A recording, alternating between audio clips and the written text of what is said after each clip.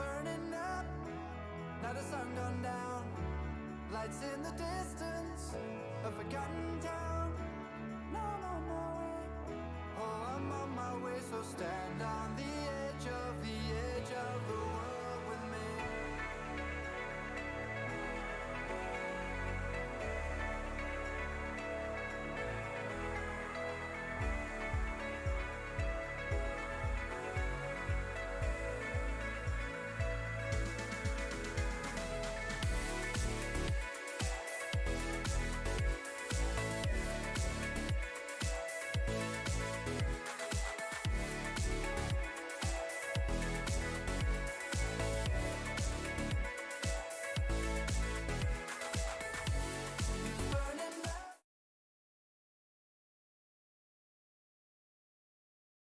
Hello, Doadrift presents the TA2 series, proudly supported by the Production Cars, which is our first race tonight.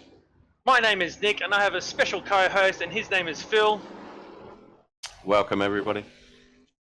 And we are going to take you through this. They're currently running in qualifying. They're in the final minutes. And I've just watched Dave Farrelly spin it at the hairpin in the Bailey Ladders cars, guys. Currently, we have Michael Hammond on pole on a 141.9. We're at Phillip Island, and everybody's driving an old school Mustang. Well, not too old, but anyway. Well, some more spinners in the background. And Ben Snell, Mr. Ben Snell has taken the pole by 1/10 of a second now. So it's a bit of a tight one at the top here. There's just 1 minute left to go in qualifying. Let's see if Michael Hammond can get that back. Got Mikey coming through the final turns here. Oh, he's pitting in, so that might be the end of that one for him.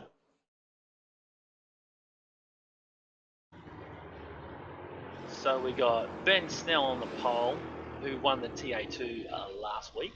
We got Michael Hammond in second, Jackson Callow in third, Aaron Dillon in fourth, and Dean Williams in the fifth position.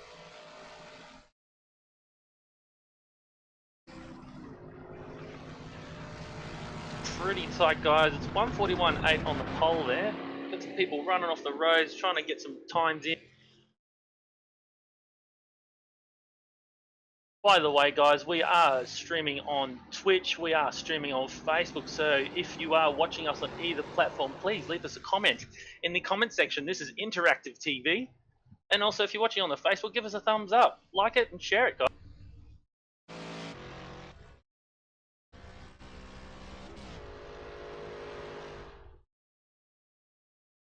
Alright, the last couple people coming over the line.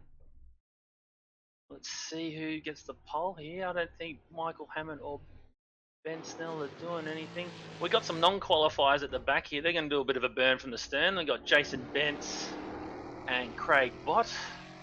We'll see how those gentlemen go. Newest member Josh Millard out of the 20th position. I'm just going to work my way back up the list there, guys. On a 146, so he's about 5 seconds off. He's still getting used to it all. Mark Bredel in 19th. We got Todd Maxfield in 18th, Scott Harvey in 17th. We got the gentleman called Paul Nichols who runs the show in 16th. Bailey Ladders driver Dave Farrelly in 15th. Got Blake Urquhart in 14th. And Otis Cordwell in 13th. We've got Chris Polly in 12th, and in 11th place we've got Shane Witt. Phil, you want to do the top 10? Yeah, in 10th place we got Gerard Daly, Sean Doyle, 9th. Dave Trevathan has put in a nice solid 8th, with Peter Matheson in 7th. Justin Howe in 6th place, and Dean Williams in 5th. Aaron Dillon in 4th, Jackson Callow in 3rd, Michael Hammond in 2nd, and taking the pole was Ben Snell. Wasn't much there in that pole time too. That's pretty close. Gonna be good for this one. Nice tight race. They've got a 30-minute race around here, guys. I do believe they got a pit stop. So this will be a very tasty affair. Nice precursor to the TA2s, I believe. We'll see how we go. They're going to be gridding up pretty soon, guys, in about 20 seconds. And we will see how they go. Currently, the weather at Phillip Island, this is the best part about it, guys, when you're online. It's constant weather, so it's going to be partly cloudy and 20 degrees. Track is 22 degrees C. They have some reasonable winds. It's heading south at 8 kilometers an hour. Relative humidity is 22%. And yeah, there's no chance of rain. We don't have that in iRacing, so that's another good thing. So just quickly on these cars, guys, these are Ford Mustang FR 500Ss. They're from, what, 2015? Is that right, Phil? I thought maybe a bit before that. Maybe a bit before that. Yeah, they're just gridding up now, guys. And yeah, these are basically bog standard road cars with a roll cage thrown in them. So they're not your typical speed of a race car, but still a lot of fun. They don't have a pit lane speed limit, so when these gents have to go down pit lane, they're going to have to manually regulate their speed. So they've got to look at their speedo and their tacho and see how they go. So we're getting ready for a start here.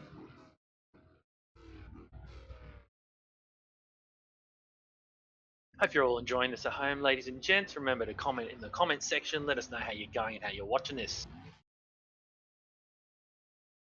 Right, tension's building. Just waiting for the final cars to grid up.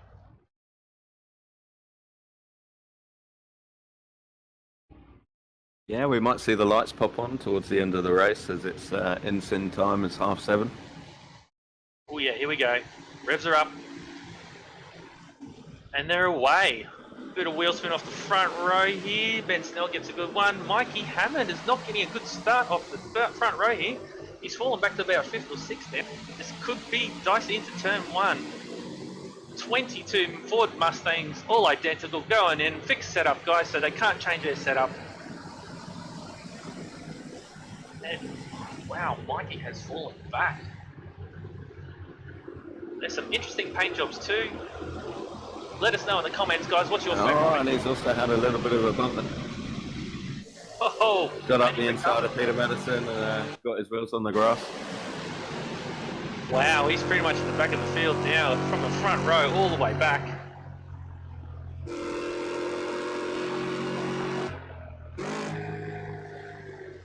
Alright, they go through Honda Hairpin, making their way up to Siberia here. Oh, bit of bumping and pushing. Oh, there's bumping everywhere in this one, guys. These cars take a fair knock, making their way up the back end now through the hay shed, all the way up around Lukey. And they go back to the front of this field just to see how we're going up front here. Ben Snell's got a couple car lengths on second position. I can't see who that is. Can't see their number, but we'll get it as they cross the line, guys. Jackson Callow by the looks of things. So looks like Ben Snell coming through the final 2 turns in the Titan Mustang. Man, that's a colourful car. And at the other end of the scale, Jason Vance doing his usual burn from the stern. And he's getting side by side with some other cars. So guys, just remember, if you're watching, please leave us a comment. And if you're watching on Facebook, please give us a thumbs up, let us know how you're going and who you go. As they head into turn 1, starting their second lap, guys. It's a 30-minute race. Oh, in the first turn we got an issue there. Let's try and get back to it. Oh, looks like I just clicked on Mikey Hammond. Mikey Hammond's got his front all bent out of shape. Who else is that in front of him? Got Blake Urquhart with a bit of damage. Looks like a laser. Yeah. Some damage. So unfortunately, Mikey got inside John Doyle coming into the first turn, and they both got turned around. But the mover in the first lap was definitely Jason Vance. He's come right from the back up to P11 when he crossed the line. Yeah, fantastic drive. It's one of his favourite things to do, isn't it, Phil? He likes to start at the back and work his way. Oh, yeah. That's where the fun is. That's where the fun is, exactly right. It's a little bit boring just leading from start to finish, especially if you've got good speed. Talking of which, Ben Snell has just been solidly putting the lap, together. First lap, he's got a nice bit of a gap, and second lap, he's taken even more. Yeah, so he finished that last lap with a 8:10 lead. And like you said, Phil, it's going to be a bit more on this very colourful Mustang. I do like this Titan car. It's very colourful. It does catch the eye. Jackson Carville, I think, following in second. We'll see how big the gap is at the end of this lap.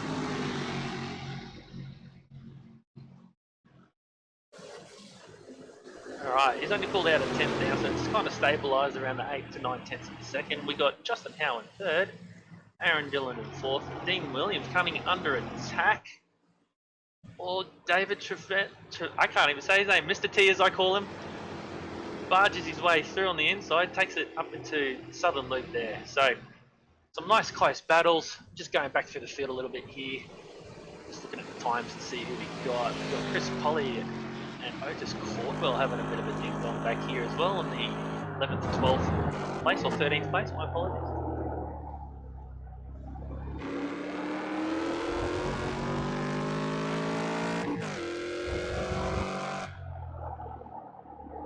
Yeah, so Michael Hammond has come into the pit and he's got that fast repair. And knowing him, I'm sure he'll be putting in some laps and clean air. Literally looking for him about to see how it plays out later on. Yeah, so he's all by himself. He's in last, but he's got the clear track. And like you said, Phil, the lights have come on now. So in the server, it is 7:30 at night. This must be a summer night because it's still pretty sunny. Just see how some of these guys are back going. Josh Millard in the what's it called? Free penalties car. He has 2 targets on his car just in case he gets hit. So and he has minus points on his car. So if you do hit him, any other drivers are going to get a bit of a laugh from it. But he's under attack into the hairpin there. We cast back to the front of the field. Yep. Jackson's closed the gap down to 2 tenths. So it looks like it's going to be Jackson and Ben taking it. Yeah, and unfortunately, I think coming over Lukey Heights, Dave has changed down a little bit too early, and I think he's popped the engine in the Mustang. So, yep, he's limping into the pits. He's going to get himself another nice engine, pop straight back into that car, and he'll be surely back out on the track soon. So yeah, so those of you who are new to this, in iRacing, the organisers have given the drivers 2 quick repairs. So if you can get yourself back to the pits, your car will be miraculously turned back to brand new. If you can't, you have to do what they call a tow, and that'll take roughly about 30 seconds longer than a lap, I think, isn't it, Phil? Yeah, about that. It's like a simulated tow truck bringing your car back to the pits. Exactly. And yeah, essentially the fast repair is just like the spare car that we used to have back in the old days. That's it. The T car, as they used to call it. That's it, yeah. Speaking of T, Mr. T is back in the race. He's coming down through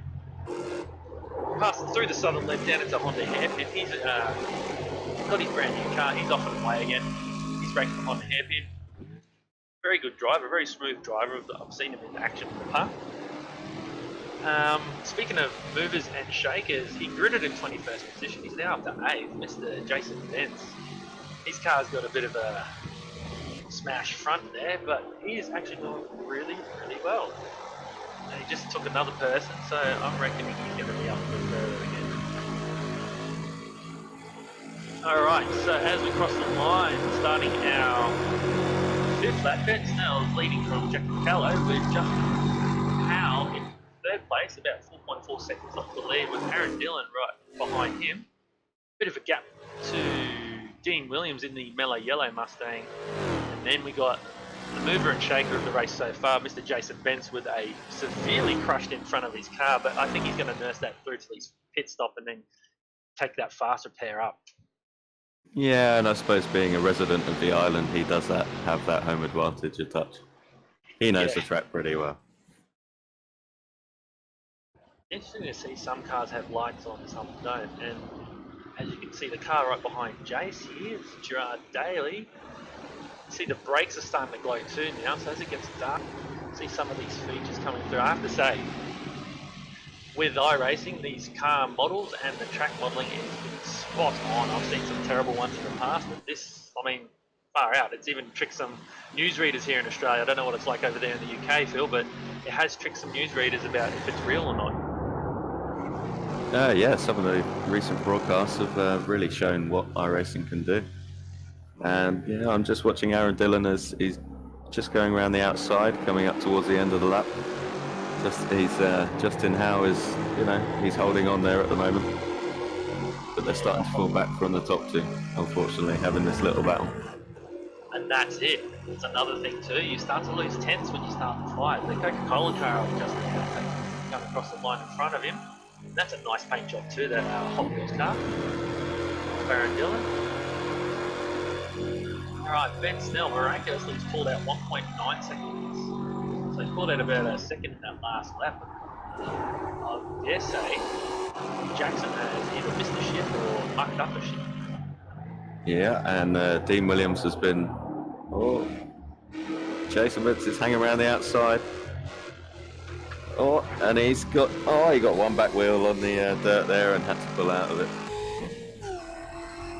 So yeah, it looks like Gerard Daly, he stuck with Jason. He saw what he was doing, and now he's having a go. Yeah, it looks like the battle here is for, what are we, 5th, 6th, 7th? Oh, they make contact in the hairpin. It's a good little battle here. We might stick with this. You're seeing it on board from the driver's perspective there. That's Jason. Is that Jason? That's Jason Benson's car. You're seeing it from on board, guys. I hope you're enjoying that. Pretty super realistic. He's got him back around Gerard Daly now, and he's going to put the pressure back on Dean Williams here. So we'll see how this goes. Shaping up, coming over the top of Lukey, coming to the end of the 6th lap.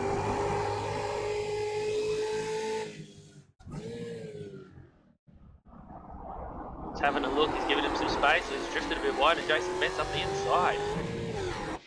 Yeah, but this little battle has brought, there's like 5-6 cars now. We're all close together. Yeah. And as we get down this straight, the draft will play in. That's it.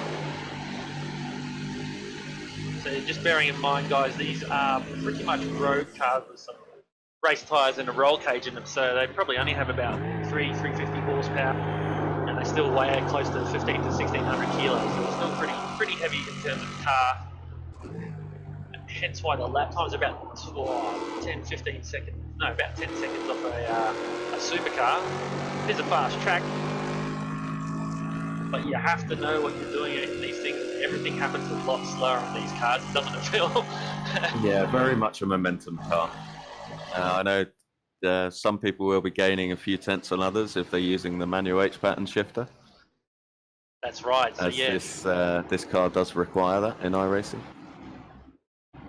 You can use wow. And Gerard Peter Daly, Matteson has just taken advantage of that. Dean Williams and Dales, they got a little bit into each other coming out of the hairpin. It was pretty close, but I think Dales just put his foot down a little bit too much, got a bit squirrely. And because these cars are slower to react, they're easier to catch. I did laugh a little bit because I saw on the side of Gerard Daly's car, Dale's, he had Kramerica Industries, and then those of you who like Seinfeld will know what that means. Alright, there's some action a bit further back, you'll notice. Who we got here? Dave Farrelly battling here. Who's he got battling with? Blake Urquhart. Alright, they just went through Hayshed side by side. Looking pretty tight for the most part. Just looks like Paul Nichols has dropped out. Let's see what I'll have to find out what's going on there. But Mr. T's in last position, but he's already done his compulsory pit stop. Mikey's had a fast repair.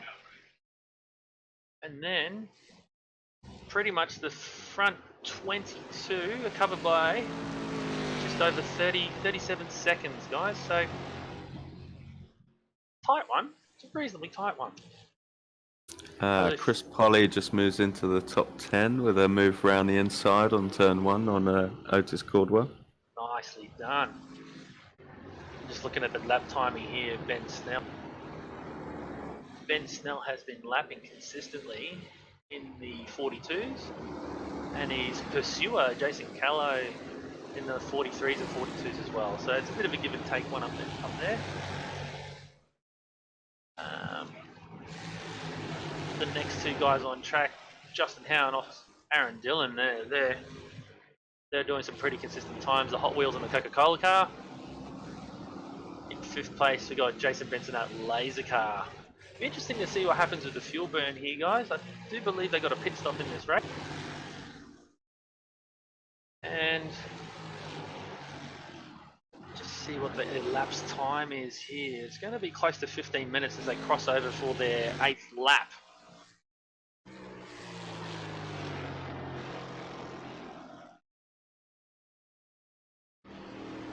My apologies, just under 14 minutes as they cross over to start their 9th lap. Ben Snell in the lead from Jackson Callow by 2 seconds with a total of 7.6 seconds behind to Justin Howe. That's your top 3 guys.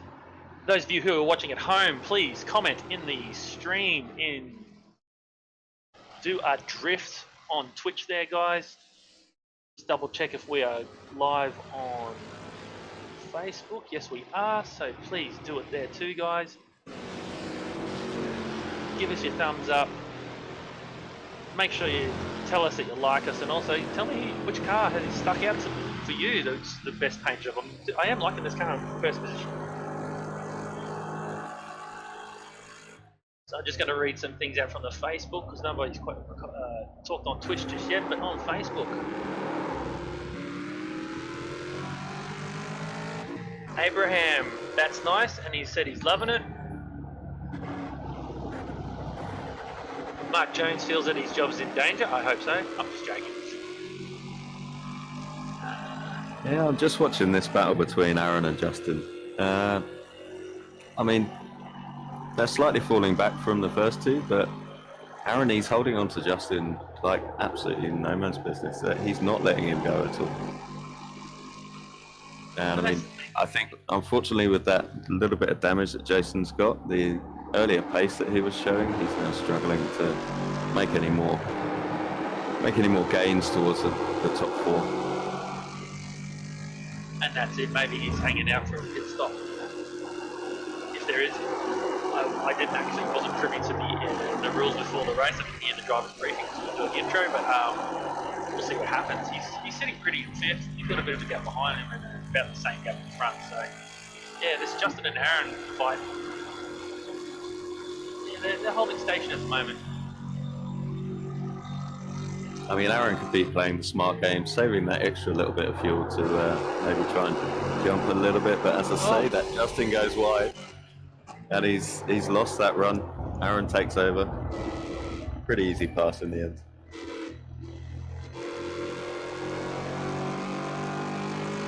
Very good racing by the two of them. It's funny. We've all been in Aaron's position where you see someone go wide and then you try and get on it, and because these cars aren't fastest, you're just going past that person really slowly. Yeah, Otis Caldwell is he's moving back past. Oh, he's on the outside now. I don't know whether he's going to actually get round there. Outside of Siberia, that's interesting. He's going to outside of Chris Polly.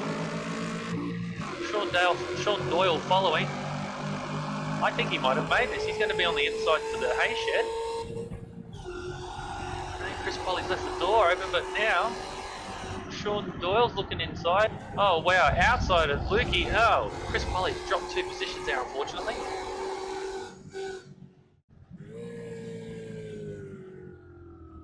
Oh, and Sean Doyle having a look at Otis there, right into MG. Coming through the final 2 turns. This is exciting stuff. I'm glad these cars are on tonight. This goes to show you don't need 1,000,000 horsepower to have fun.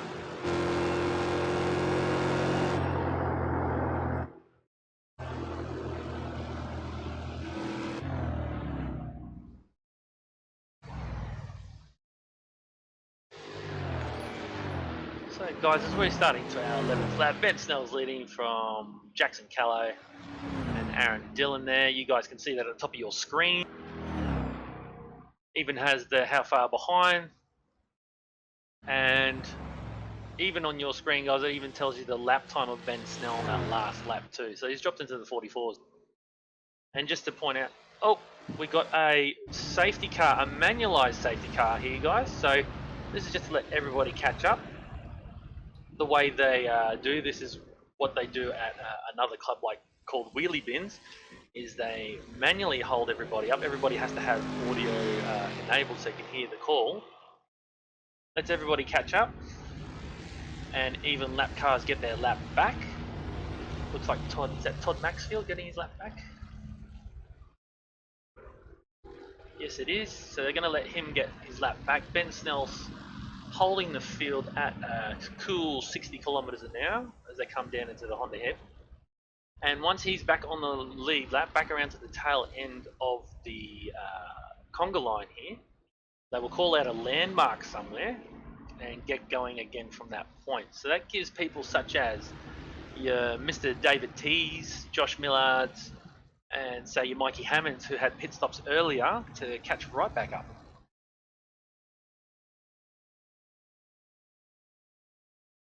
So I might just do a quick run of the top 10 guys. We've got Ben Snell leading from Jackson Callow, Aaron Dillon in third, Justin Howell in fourth, Jason Bentz in fifth, Dean Williams in sixth, Shane Witt in seventh, Gerard Daly in eighth, Peter Matson in ninth, and Otis Caldwell in 10th.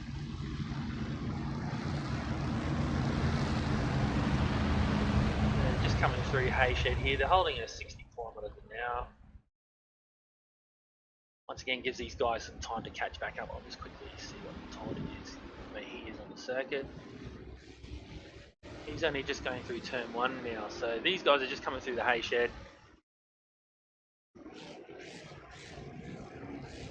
Currently the race has only had 17 minutes of race time, and there's still another 13 minutes to go, so we'll see how this all pans out. This is a timed race, so we don't know how many laps this will be. Just remember, today's racing broadcaster is Doadrift, guys, so make sure you like that on Twitch and on Facebook and on YouTube. Our series sponsors are, well, this series is run by the Gentlemen's Club. Series sponsor is LJ Hooker Gaindar and Central Coast Subaru Guide, so make sure to check their websites out. How are we going up the front here? Are they called green yet? No. They're just coming through the final 2 turns. Alright. Doesn't look like anybody's pitting, so it's going to bunch it all up. Maybe they're getting started again on the start-finish straight. Be interesting to see how Jason Bentz goes with this bent car, because that's going to knock off a lot of top speed on his car.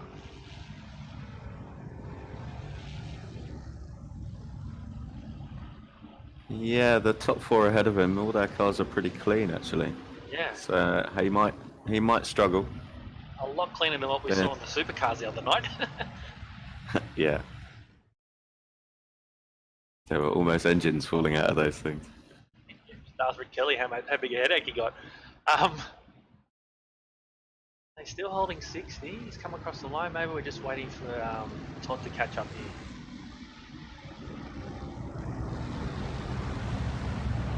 And it's only getting dark. Lights are on most of the cars. Alright, Todd's on the back of the conga line. Let's see what happens here. Thank you guys for liking the stream. Make sure you like it. Make sure you comment, guys. And if you're on Facebook, give us a thumbs up.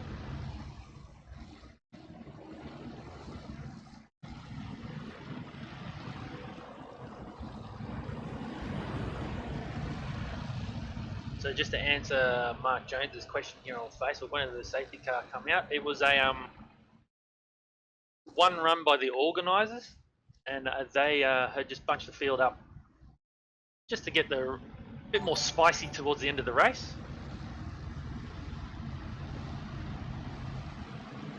A lot of positions will be changing in this one, so it'll be interesting to see where they get going. I'm just going to enable my game chat to hear the team radios, see what's going on there.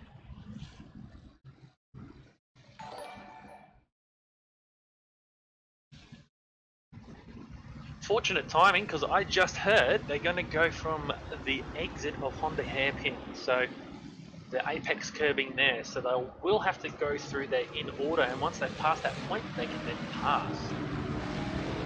Guys warming up now, they're getting serious. Alright, coming into Honda now. Ben Snell's going to lead the group away in this Titan Mustang. Alright, he's on the apex now, and it looks like it's go. Alright, back up to speed. I'm going to pan back out and see who's who in the zoo.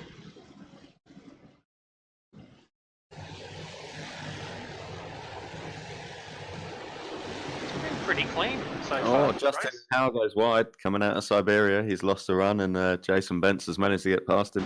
I had to speak too early, didn't I? Yeah, you did. Alright, so it's not been too bad. How about that? That's better. Not been too bad. There are some pretty trash cars in here, but for the most part, it's not too bad. I'm sure the eSeries supercar guys can have a look at this and see what's going on. A couple changes for position. Jump back at the front here. Just see what the order is as they come across the line. What a track. This is a very nice track, very picturesque. Fast and flowing, great for drivers. Drivers love this track. So we have Ben Snell from Jackson Callan, Aaron Dillon. So that has not changed. Jason Bentz has jumped. He's already 6/10 off Aaron Dillon, but he's closed up through turn 1 here, so there might be a bit of a fight here for 3rd place. And Jason Bentz goes through. What a move! Oh, and we got a fight for 1st as well. Can't keep up, ladies and gents. The positions are changing left and right. So we got side by side through. What's this? Casey Stoner corner into the Honda hairpin, and for 1st and 2nd, and for 3rd and 4th. Oh, don't know where to look. Yeah, Jason Bentz has moved up to 3rd place now, and Ben Snell was wise to that. He knew he'd have the inside line there coming into the hairpin. Yeah, he retained that position. So into Siberia we got Ben Snell, Jackson Callan on him like glue, and Jason Bentz burned from the stern from the back, now up to 3rd position. What a race so far. This has actually been really good. Everybody else back a bit further is all single file, but it's all been pretty tight. I'm liking this. This is actually a good car and track combination. I personally haven't done it, but yeah, it's all pretty straightforward at the moment. There's no big. Jason Bentz, after moving all that way through the field, he comes out of the. It's come across at the Honda. I've lost the word. He's in his laser working plumbing so car. hard all night. He leaps it, goes onto the grass. And he's also entered in the TA2, so he's going to have a big night tonight. Let's see where he falls to. He goes across the line. It just keeps going further and further down. Wow. 16th position from 7th. Unlucky to do it just after the safety car when everybody's bunched up too. That's unfortunate. Yeah, he won't be happy with that one. And now you can start seeing some of this sunset reflecting off the road now, guys. It's a bit of an orange tint. Yeah, it's a beautiful part of the world. Oh, it's fantastic. I can see why Jason calls it home.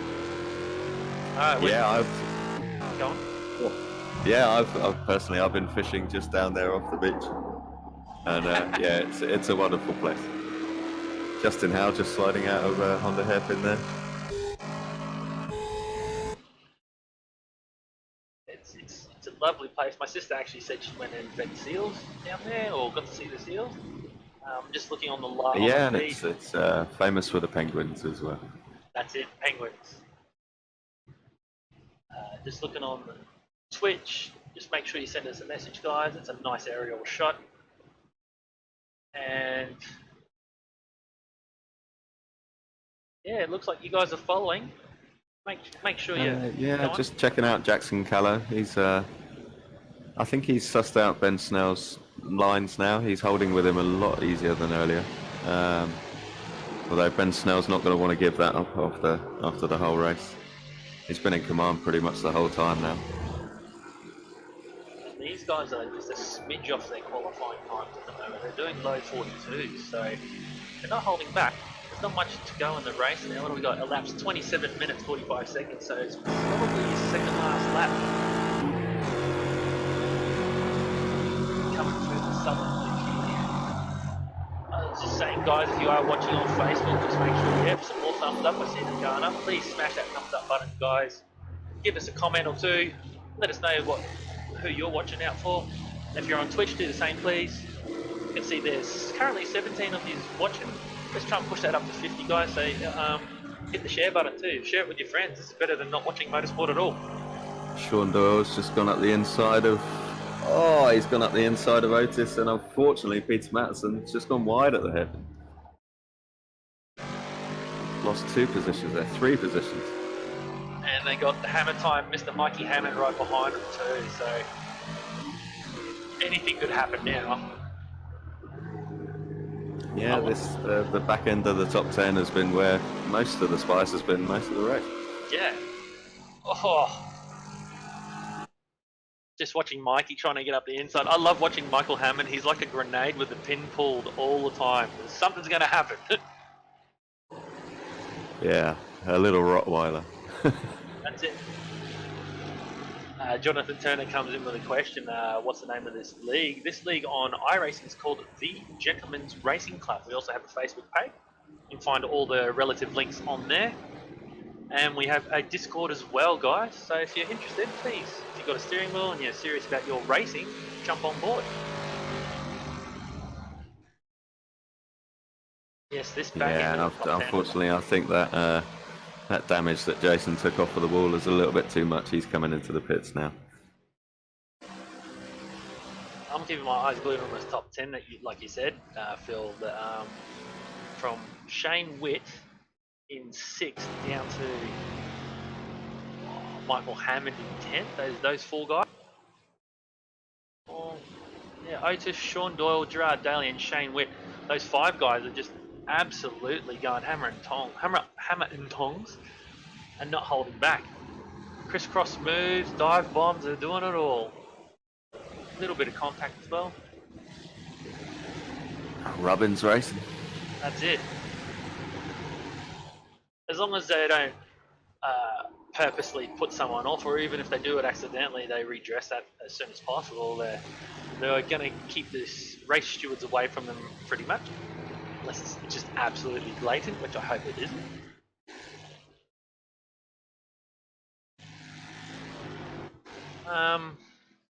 What we got here? So the last lap, Ben Snell got over in 29 minutes 27 seconds. This could be the last lap, guy. We'll see. Has the white flag come out yet? No? Just wait till Ben crosses the line here and we'll find out.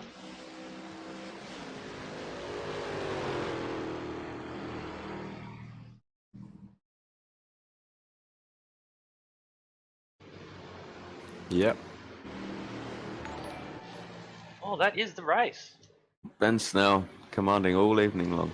Fantastic win there by Ben Snell. Jackson Callow in 2nd and Justin Howe in 3rd.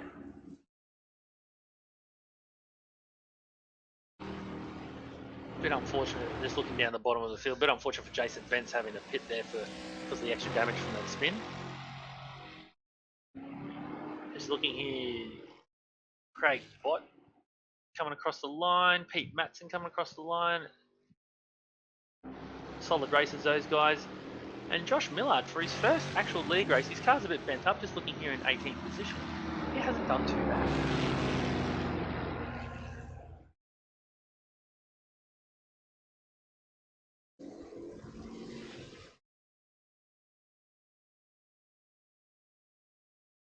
Just looking to see if these guys are in Discord, maybe get a post-race interview, but unfortunately Ben Snell's not.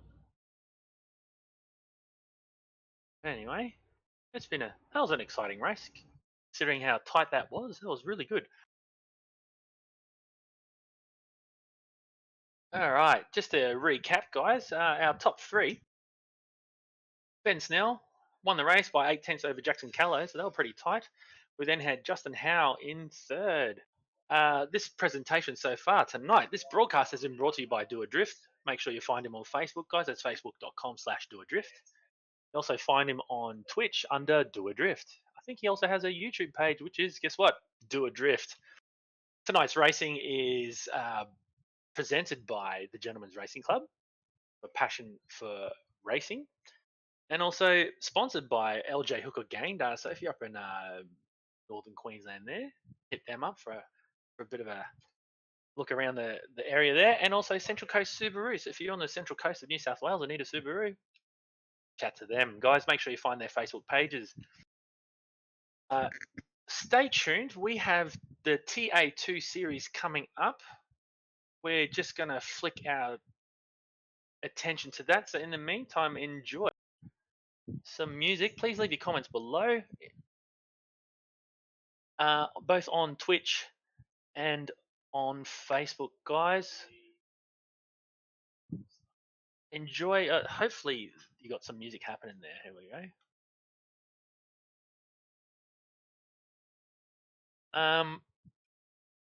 All right, so we're going to flick our attention across. We're going to have to jump out of this server and jump across. And I believe those guys should be coming close to qualifying now.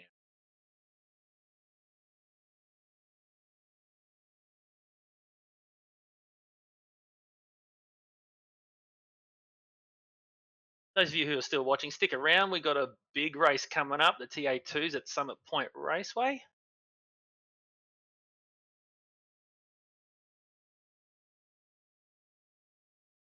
Going to be an interesting one.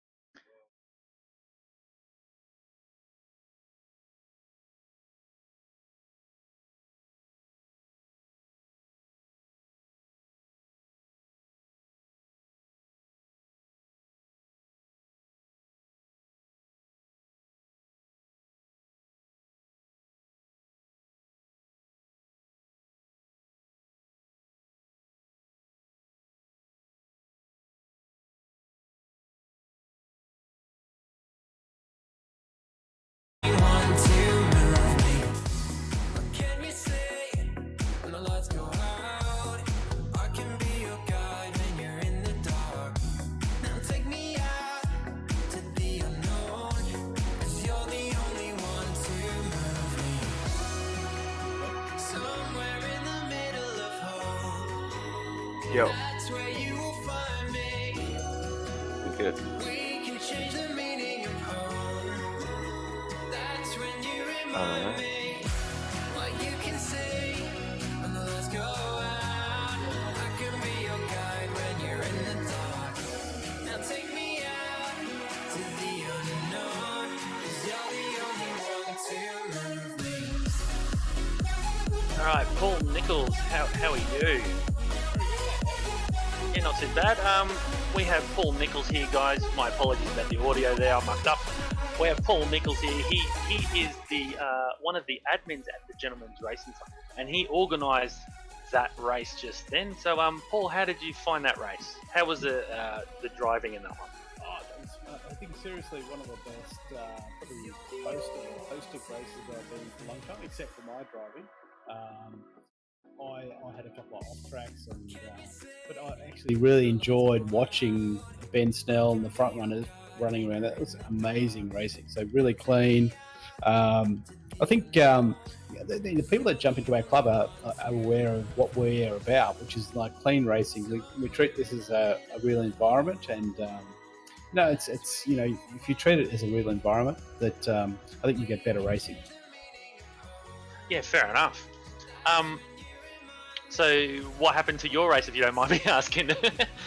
Probably Easter, and my wife said to me at lunchtime, let's have some prawns and oysters and a couple of glasses of wine, and that's probably what happened in my race. Okay, fair enough. All right, and you are the race steward for the upcoming TA2 race. I'm just going to move our attention to that. Correct. Yep. How did you find last week's TA2 race? What were your thoughts on the last seriously, I mean, some really, really clean racing, some very competitive racing as well. I mean, I think Glenn Postlethwaite was up the front, and look, it's a tough car to drive, as we know. This track certainly will be, test people's skills. It's all about throttle control and brake control in this car. I think it's going to be an exciting race, definitely. And I guess you can't tell us, but one random safety car, it spices the field up, yeah? Yeah, absolutely. I think it's where I would love to think that you all of us have raced in these type of series, and we make a mistake at some stage. We're off track, and you think your race is over. But if the random safety car comes out, you can certainly back in the race.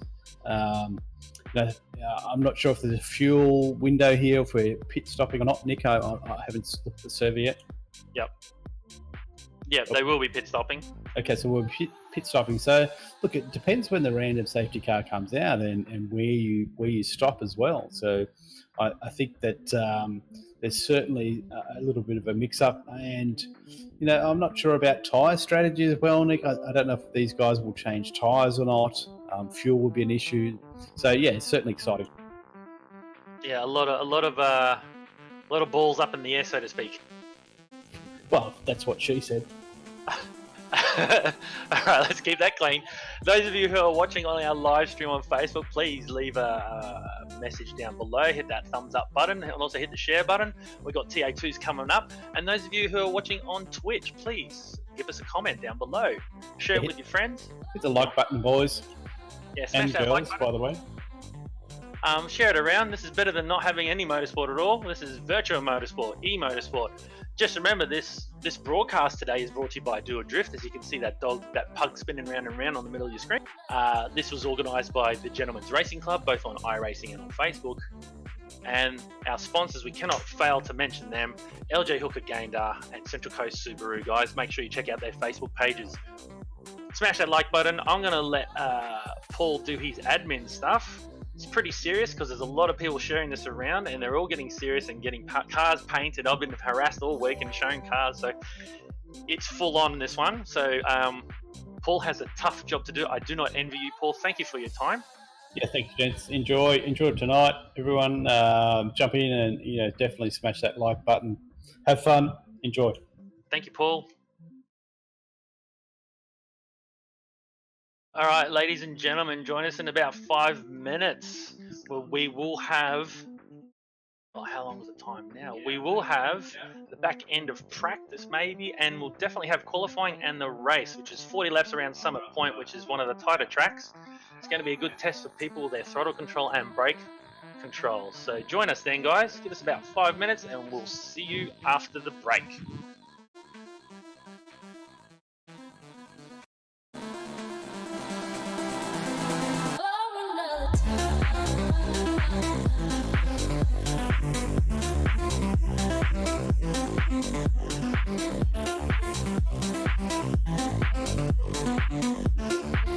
You guys all sorted?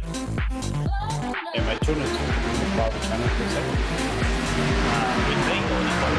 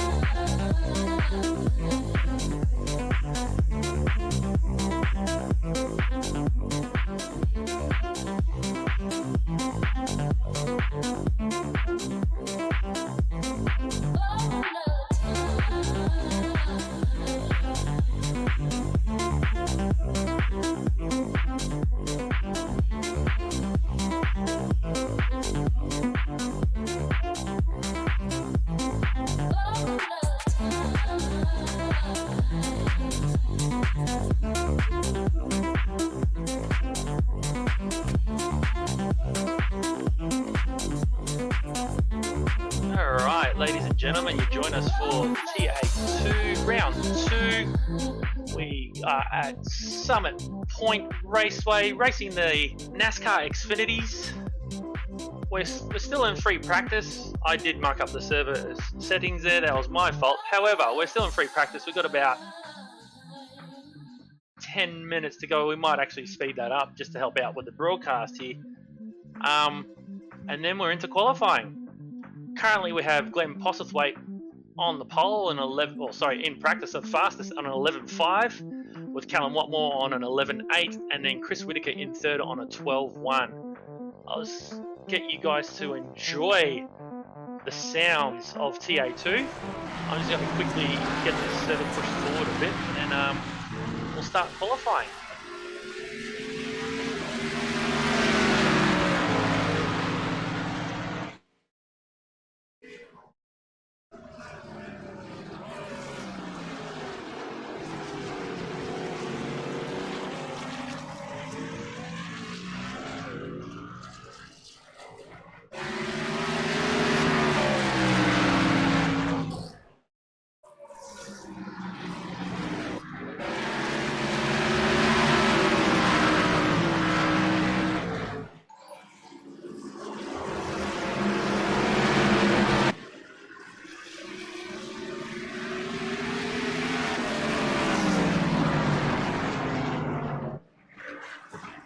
Alright, my name is Nick.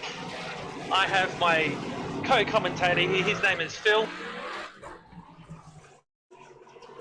Phil is commentating from the UK. I think he might be still having a coffee, so I'll wait for him to get back. Guys, you're watching practice. This is the TA2 series, brought to you today by LJ Hooker and powered by Central Coast Subaru.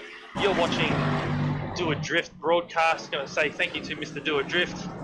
Some of you may know him if you go to Queensland Raceway.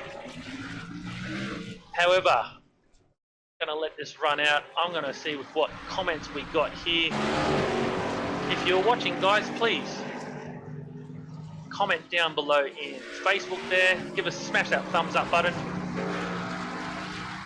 We got Paul Shaw, hi from Ballarat, Victoria. Thank you for watching, mate. Smash that like button, please. And just having a look on the Twitch stream. No one has commented yet. Alright, there's still some drivers coming in, and they can still enter during practice. Man, these cars are loud. I'm going to turn this down a little bit.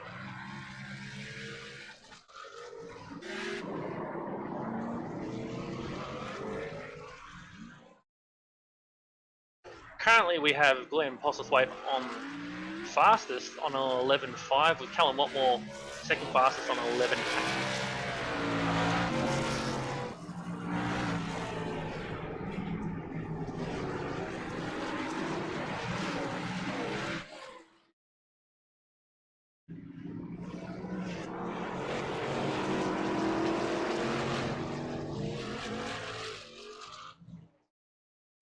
Alright, you're seeing Glenn here having a bit of fun with the car behind.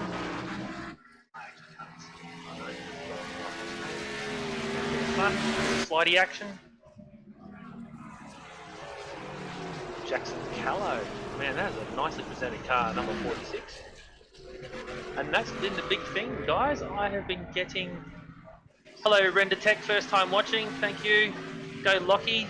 Lockie is a new driver, number 707. Car number 707. Lockie Gardner, current Queensland Sports and Sedans champion in the Oz truck.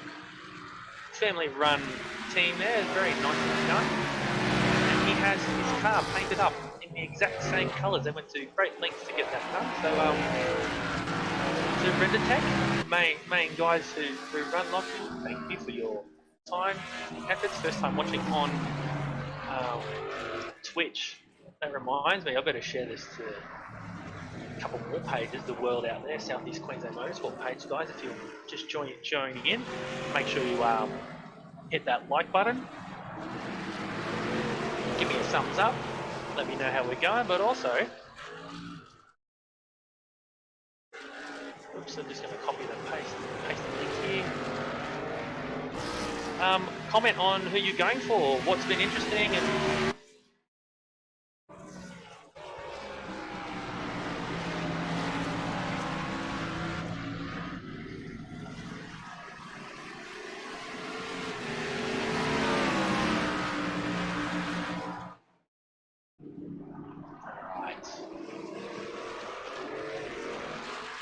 so the server is about to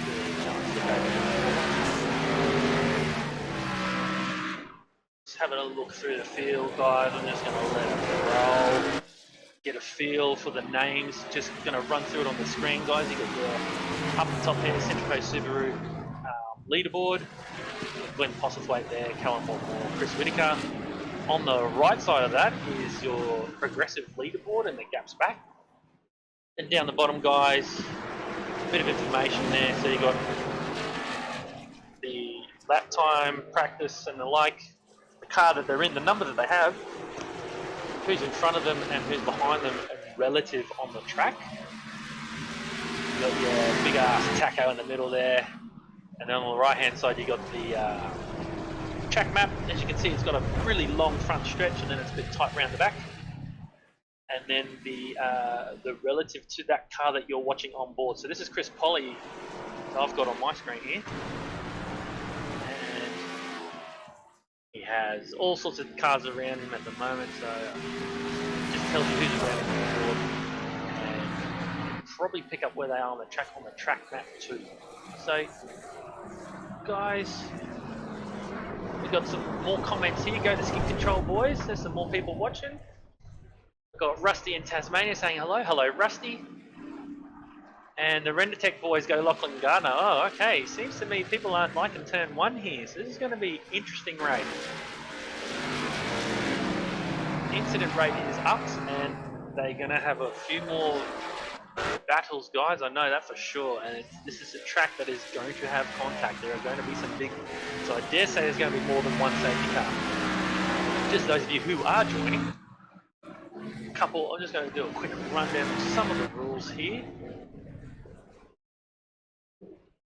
There will be a random safety car, and it cannot be called in the first 5 laps, and it will not be called in the last 10 laps. To keep the flow of the race going, so the race will finish under green. There is a compulsory pit stop, and this race is a 50-minute equivalent for lap count. So in this case, it's going to be 40 laps. If you are a lap down, you will be waved on ground, and you also get 2 faster pairs. And those of you who are just tuning in, faster pairs are a way to get back in the race, and we've enabled that. You can go full set and make sure you can't, but no, in this case you have faster pairs. So if your car's damaged or majorly damaged, you can go back to the pits and miraculously come out with a brand new car and take a pit stop all at the same time. The start of the race will be double file, but the restart will be single file. So we've got a 20-minute qualifying about to come up. Then we'll jump straight into our race. Just looking ahead on our calendar, we have 35 laps of Road Atlanta next Friday, guys. So that's going to be a bit more open, a bit faster track, so that should be good. Hopefully less crashes. We'll see what happens in here. Hopefully these boys are better than the eSeries that I've seen on NASCAR and V8 supercars. So we'll see how we go.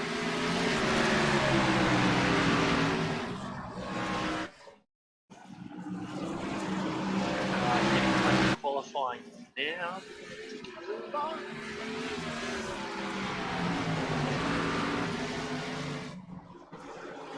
They've still got the same 3 at the top of the charts. I haven't looked at their laps, but Mikey Hammond now, who's doing double duty, just come in from Mustangs to Phillip Island. He's sitting in 4th position there. He's only a handful of laps, so that's a fantastic looking car. doing a bit of jumpy stuff. We've got Cameron Gore sitting there in 5th, and he's just getting a bit of sideways action happening in the car 199. He got up his truth. Kester Ward, he's been telling me all about his car. He's got some chrome happening on there, and he's got Callum Watmore behind him. Oh yes, Doadrift, yes. I'm going to announce that. Guys, thank you. We've got 40 out of our 50. We want to hit 50 followers tonight. So guys, hit that follow button up the top there if you're watching on Twitch. Let's see how we're going on Facebook.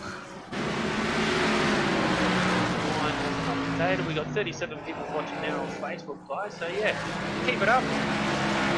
Please leave your comments below. We got some more comments.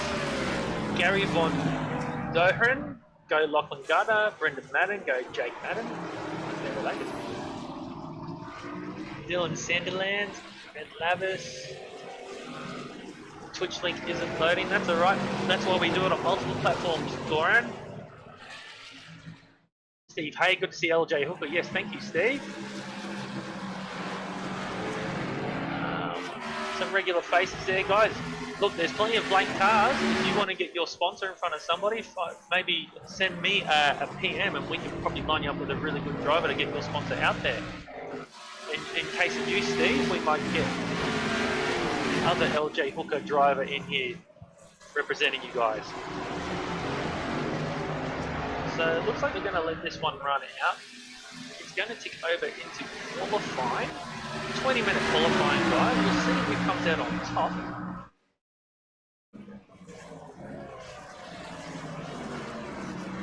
Once again, guys, as always, if you're on Facebook, hit that like button, smash it away.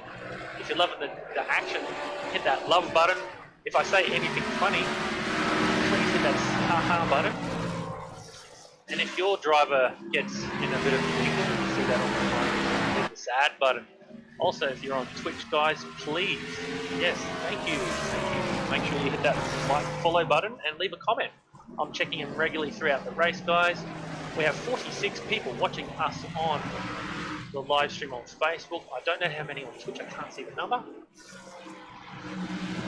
And qualifying's about to kick off, guys. These are minute 11 laps, so they're not long.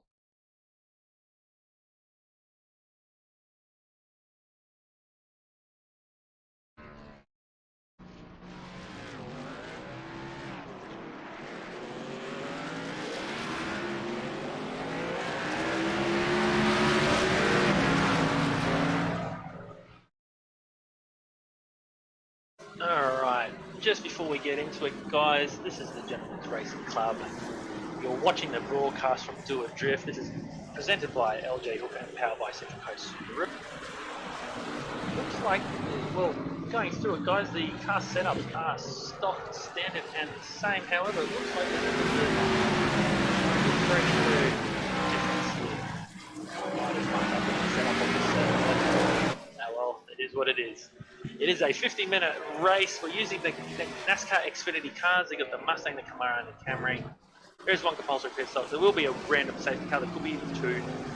There will be no safety cars in the final 10 laps. There is lucky dogs and there is wave around. There's 2 fast repairs, rolling start double file, and a single file restart.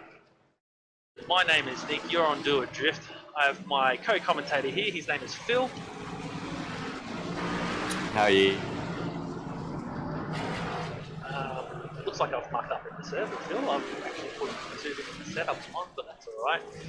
I'll have to deal with it now. I apologise to them. But who knows, it might work out better for lap speed or fuel economy. We'll see what happens.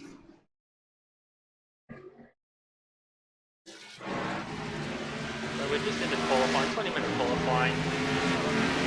What we might do is run through some of these cars and see who's cars and what skins they're running, what paint jobs they're running. So I'm going to start at the top of the page. Currently fastest qualifying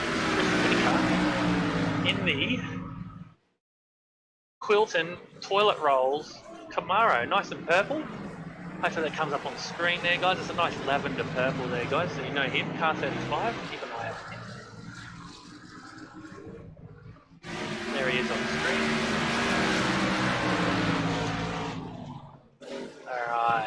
second place so far. Only the start qualifying. Callum Watmore in the Toyota Camry in the Juniper property development Camry. One of only a handful of Camrys in the server.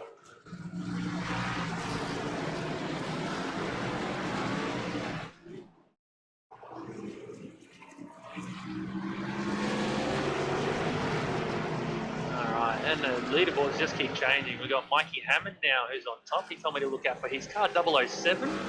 He's got a Marvel, like Captain America car on his paint job there. So, let's see how they do some of these guys' paint jobs, if we can get through them all.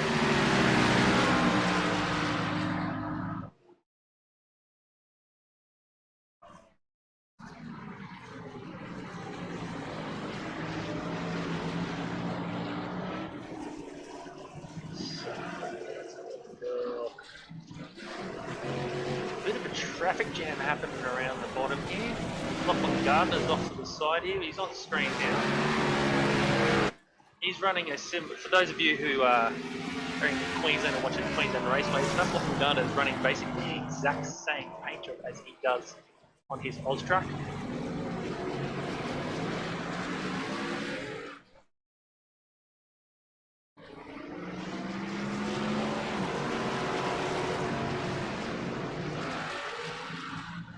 There's a couple of people doing some double duty. We got Pete Matson in the LJ Hooker Gentlemen's Racing Club car.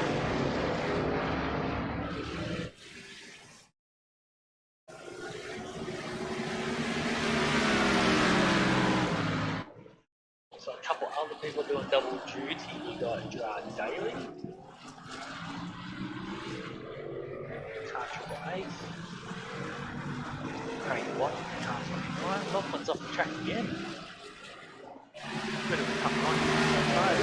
Tough trying to get from reality to virtual reality. Jason Betts doing double duty.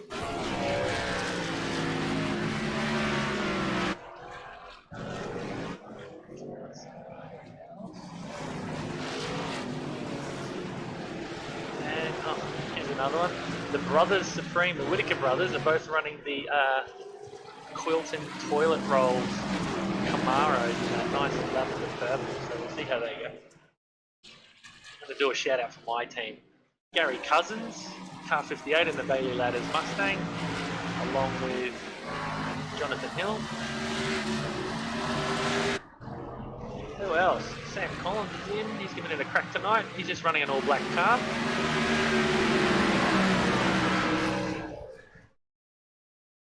Yes, at the top of the page, Off-the-Way guys, you can see him now. He's currently on pole on 11.3.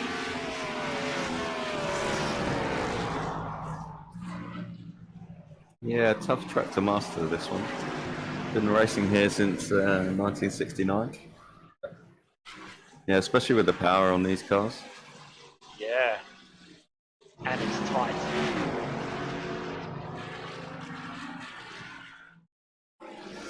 Yeah, as most people know, NASCARs aren't famed for their braking either, so turn one should be pretty interesting.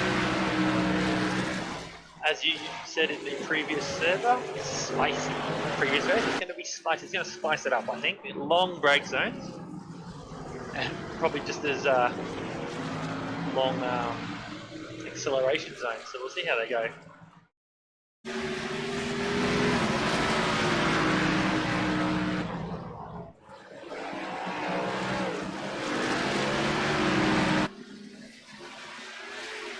Barely over a second, covering second place to 13th place. So it's pretty tight up there at the sharp end. Yeah, sorry, I'm just keeping up with commenting. Feel free. Phil, go for it.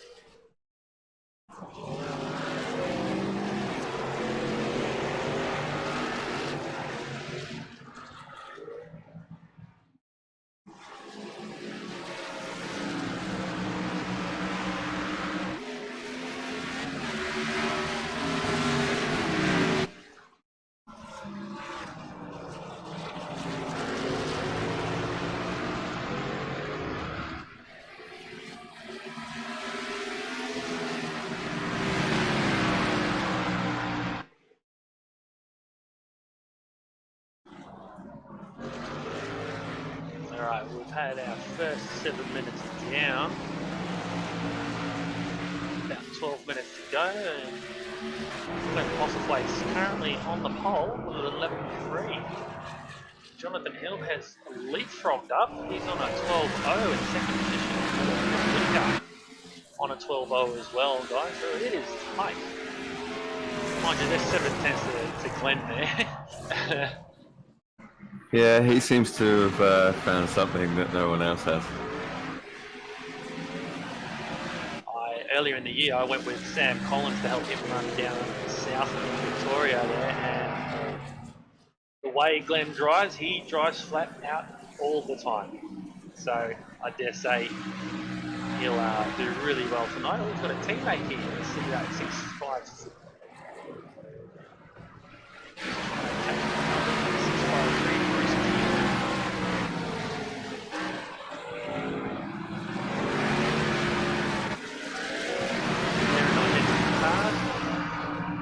Could be interesting calling this. I'm just going to have to look for the numbers. I've got my name and number identification up on the screen here, so I can keep track of what's going on. Alrighty. Michael Hammond has dropped into the 11s as well. Beautiful. It's getting tight. So those of you who are watching on the Facebooks, please let me know who you're going for. Just type it in the chat below so I can have a look at where they are on the screen just before we get into the end of qualifying. There's still about 10 minutes to go. And same on Twitch, guys. I know there's a lot of you racing and you said certain teams, but let me know individual drivers that you're going for. Make sure on Facebook, guys, you smash that like button, and also if you've got some friends that will be interested in watching this, hit that share button, guys. If you're on Twitch, make sure you hit that follow button and then follow us along, guys. My name is Nick. This is Phil. Hope you can see him. And you're watching Doadrift and the TA2 series, brought to you today by the Gentleman's Racing Tyre in association with LJ Hooker and Central Coast Subaru. This is qualifying, guys. Yeah, so Michael Hammond dips into the 11s, and almost immediately afterwards, Glenn Postlethwaite took it down to an 11.2. So still maintaining that nice gap.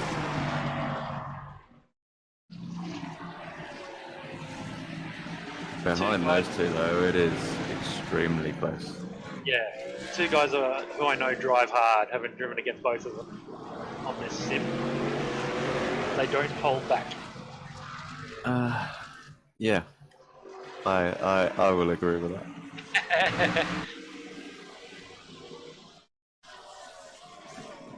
So we get just under 10 minutes before final to go.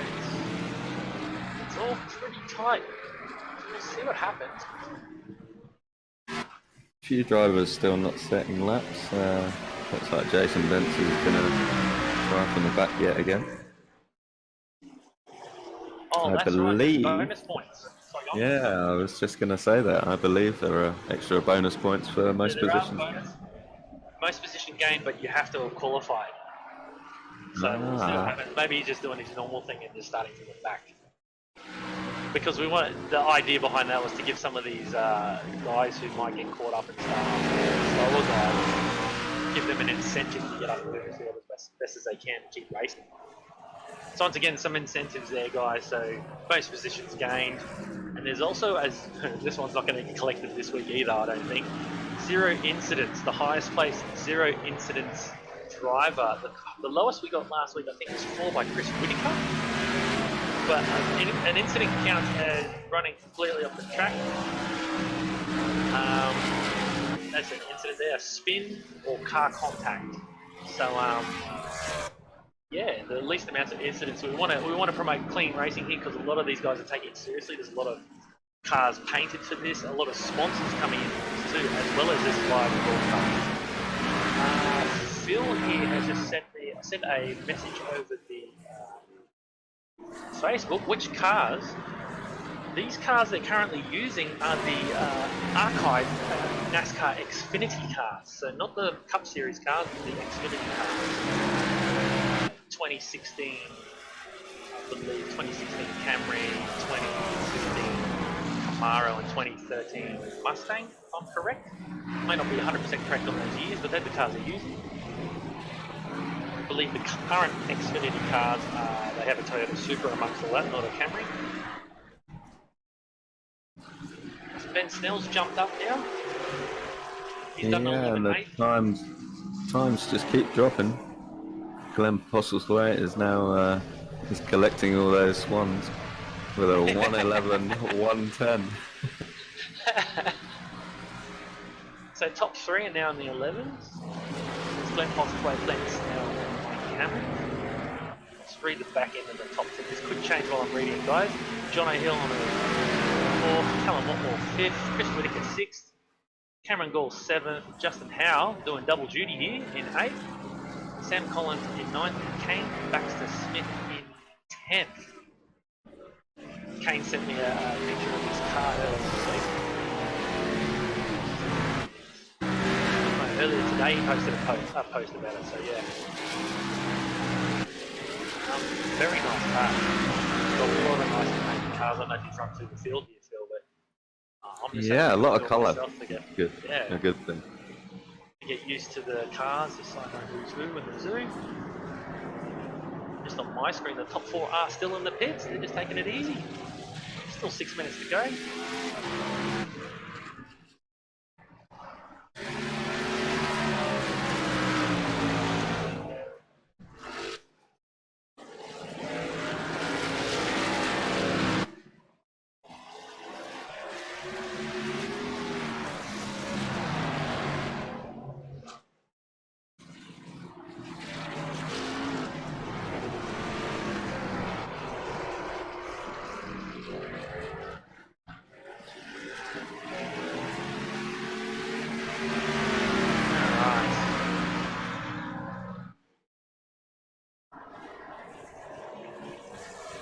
So those of you watching at home, yes, please leave your comments below in Facebook and on Twitch, guys. Let me know who you're supporting, who you're looking for out there. We've got about 5 minutes left that we can actually zoom in on them and have a good look at their car, guys, so let me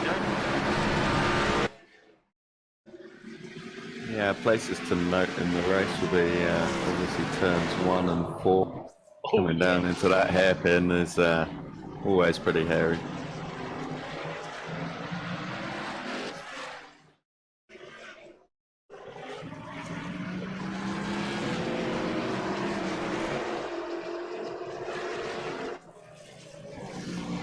You can see it on your track map there, guys. Turn 1 is that first hairpin across to the left, and then turn 4 is lead into that tight section, isn't it, Phil? Yep. I mean, with a car going this sort of pace, you'll be wanting to brake just as you're coming round that kink. That's right, yeah. Quite often get 2 or 3 wide through there as well.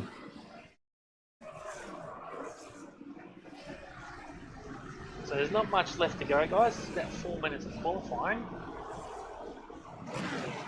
And I dare say with the rubber going down and the temperature being pretty good, it's just going to get tighter. Currently it's 18 degrees in the server and the track temperature is 29. It's 5 o'clock in the afternoon.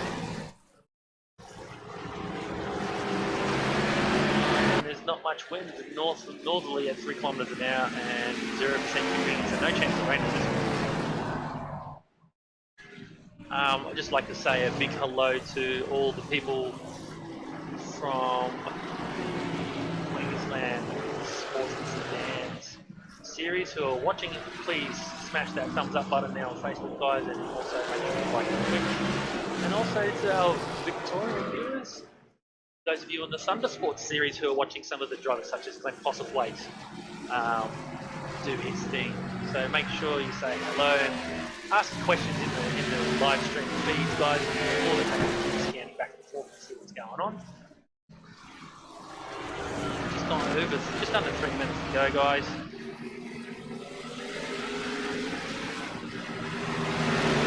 All cars in the 11.8. Callum Watmore's jumped on a hill there. Still the same top three.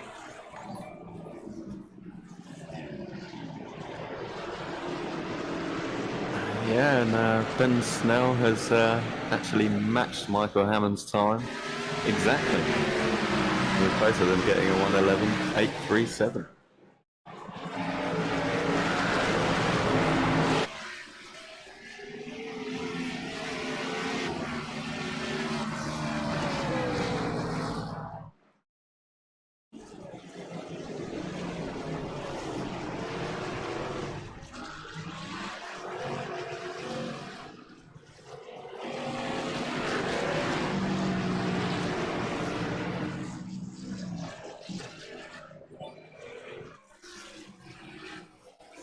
Okay, Phillip has said the cars are so temperamental to track them. Electric knife edge control the whole time. Well, that's the thing about this fixed setup, guys, too. We in NASCAR, you can change your brake bias and your steering ratio. So if it is a little twitchy, you can open up the steering ratio and make it a bit less twitchy. It's a good way to do it. Yeah, finesse on the throttle is going to be vital in this one. Being able to get that power down. And more people still run off in turn one. It's going to be a place of, yeah, it's going to be a place where a lot of action's happening. A lot of action. It's so easy, and we've all done it in road cars, we've done it in race cars, we've done it in sims, where you just watch the guy in front and you end up following what they do. Really bad thing to do. Always try and focus on the corner. Yeah, I haven't actually been briefed for this. Is this a rolling start on this one? Yes, sir. Rolling start, double file. This is going to be interesting in the turn one, that's for sure. Random safety car, and that'll be single file restart.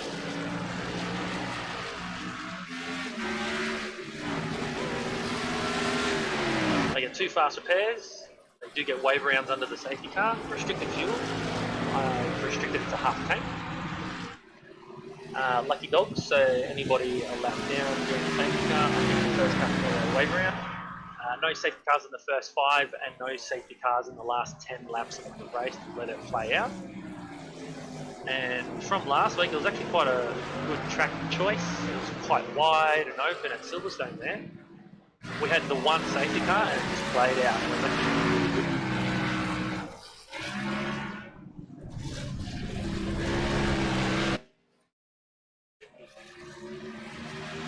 So if you look on the timing screens, both Mikey Hammond and Ben Snell have the exact same time. 11.837. So because Mikey got there first, he'll have that position. Ben Snell, our winner from last week, Mr. Fuel Saver. Callum Watmore's in John Hill, 12 flat. 5th, Chris Whitaker, Cameron Gore came back to Smith, Sam Collins. Now it seems to be the same top 10, it's just which order.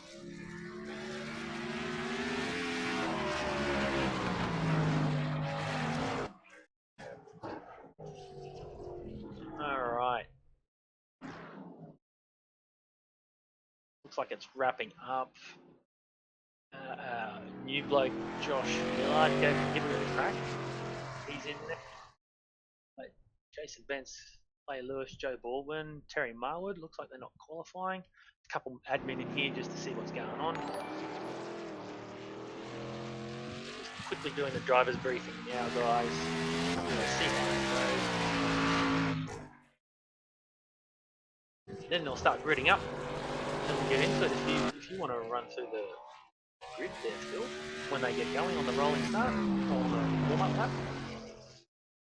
I'm just going to quickly plug the sponsors here. The presentation you are watching is provided by Doadrift. Guys, if you're watching on Twitch, hit that follow button. Help Doadrift get some more followers, please, guys. The more people watching, the better the quality of this is going to be, and the more esports we're going to provide you. Also, if you're watching on Facebook, Doadrift, facebook.com/Doadrift.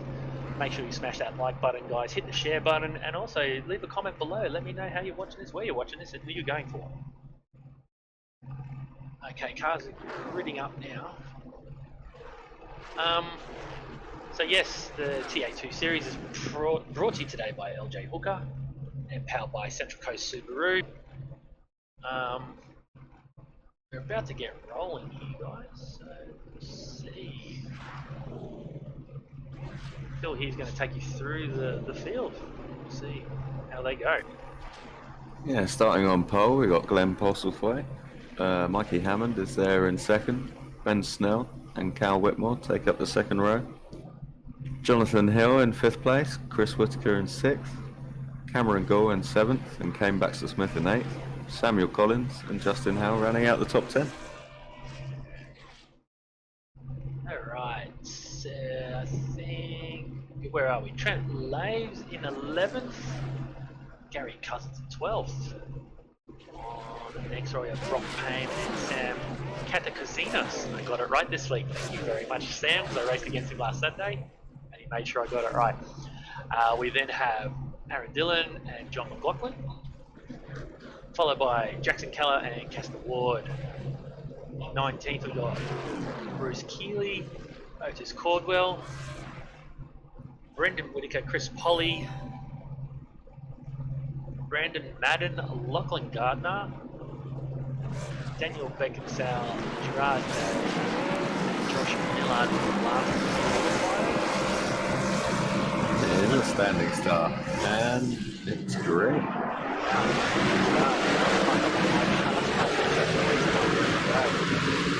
Few drivers have bogged down, but you know there's quite a few that have made some gains there at the beginning. Got a break early here. Oh, it's going to be tight. Looks like wow. Wow. It just shows how much you care about it and you actually make it. Got some guys off in the grass at turn 2. It's pretty good. Oh, a couple guys off, but they all made it back on. No contact from what I've seen. There was a car off in the Boondocks there, but I didn't see who it was. Yeah, and Glenn Postlethwaite unfortunately lost that lead at the beginning. He'll be kicking himself on that start. Michael Hammond just shot straight through. Mikey Hammond, the king of the starters, I've seen him start for the eights too. He's very good at that. We come to the final corner of the first lap. It's like Mikey Hammond leading away from Glenn Postlethwaite. These two are going to go have a comp. These two race each other hard in other series, such as the V8s.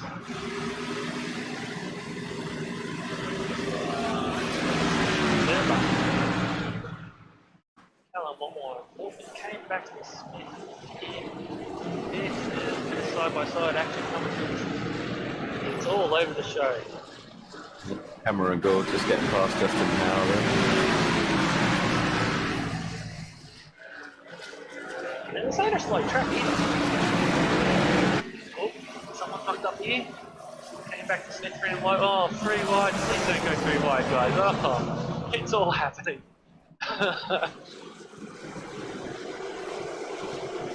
This is going to be a bit of biffo and barge, guys. Those of you at home, please enjoy it because it is going to be all over the show. It looks like Yeah, Justin Howe, he's struggling there, isn't he? Yeah, unfortunately, just went a little bit. You get on the grass, it takes you quite a while to come back. Especially with these cars, they're heavy. He's slotted in back behind Gary Cousins there. Glenn's given Michael Hammond a lot of pressure up the front. Curry.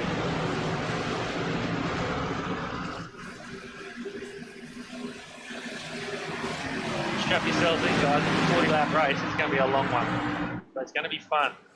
Looks like they've sorted themselves out now. They're a little bit more nose to tail.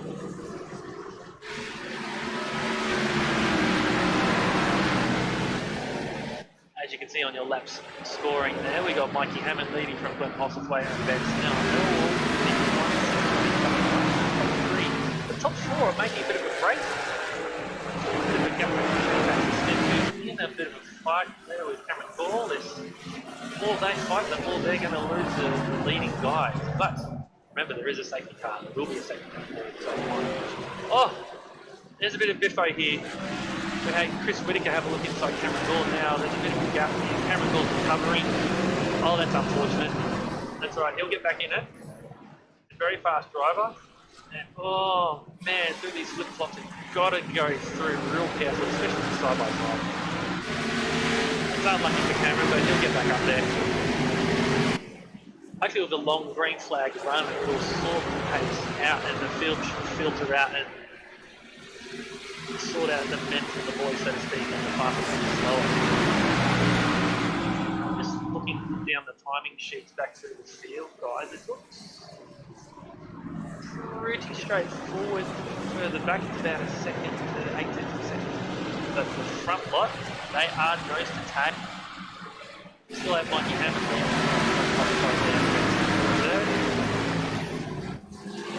Came back to spin in no man the line as well.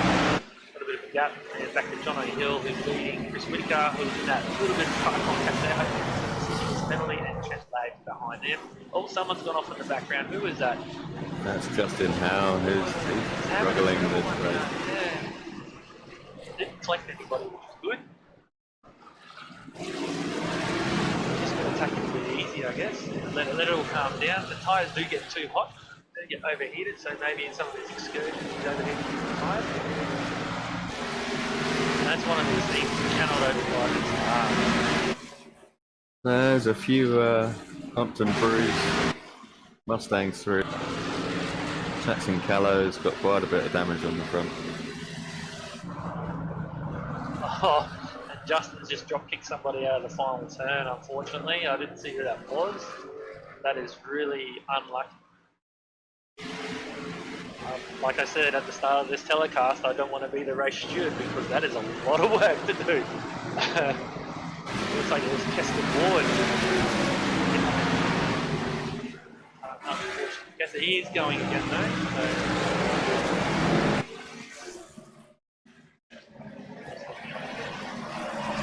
Yeah, the top three are extremely close. Yes, so just looking at the lap timing And there. yeah, Glenn has just managed to get past Michael Hammond.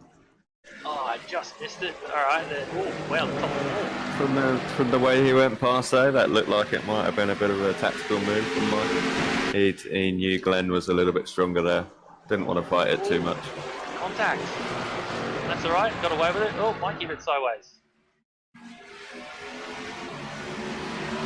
I think Because it's when you overcook those tyres a little bit too much, that's it takes it. them a while to... And it looks like Glenn's playing the fuel save game now.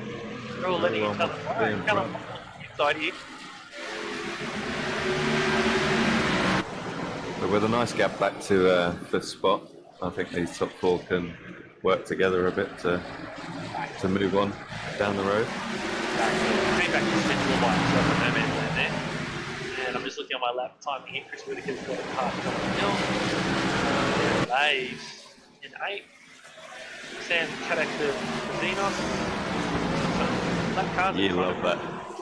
Hey, I just say it slower and I get it right. Looks like a couple of cars all fighting competition here. Cameron Ball, Sam Collins, Sam Xenos, Gary Cousin. All have a bit of ding dong. Ding dongs all through the field, guys. Good fighting. Now. Yeah.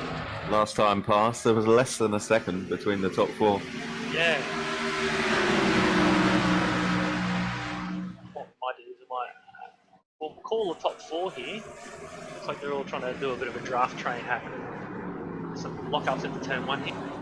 We'll keep an eye on the back half of the field. We'll try and focus on some fights here, guys. We'll focus on the front half of the first lap. You can see we're only on lap 7 out of 40.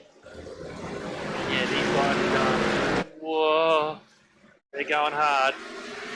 Oh, don't go too wide. The more they fight, the more fuel they burn up. The more fuel they burn up, they're just going to fall back to the field. But they do have a smart gap, 4.2 seconds. They're going to be back to the field. It's all happening. Yeah, I think this one's going to play out with not only the fuel management, but the tyre management, because trying to get the power down, coming out of some of these corners is especially difficult with these cars. Trying not to lock up as well. try not to lock those front tyres and turn it. Tyres can only do really one thing at a time. And they've left their first car here. That's Daniel Beckinsale. I thought it was car 9, but anyway.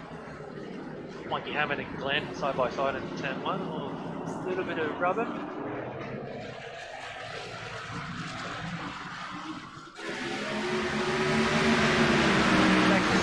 Reducing that gap to the guys. They're just putting in some solid laps. That's Chris Whitaker.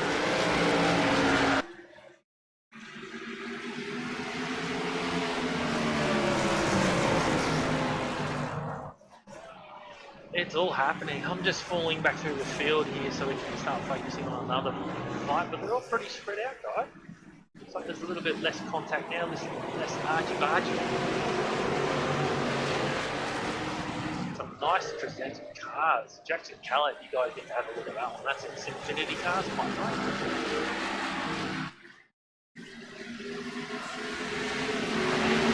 The closest next fight is 17th and 18th position. Brendan Whitaker and Bruce Keeley. So these are teammates to Chris Whitaker, Brendan Whitaker's brother, and Glenn Postlethwaite, Bruce Keeley. So they're doing alright there. And then we also have another fight with Lachlan Gardner, Otis Cordwell, and Brock Payne.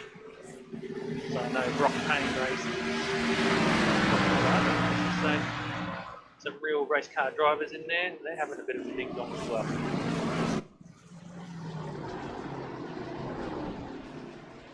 Oh, sideways into turn 1. Brendan Whitaker trying to hold Bruce Keeley back. It's awesome stuff, guys, throughout the field.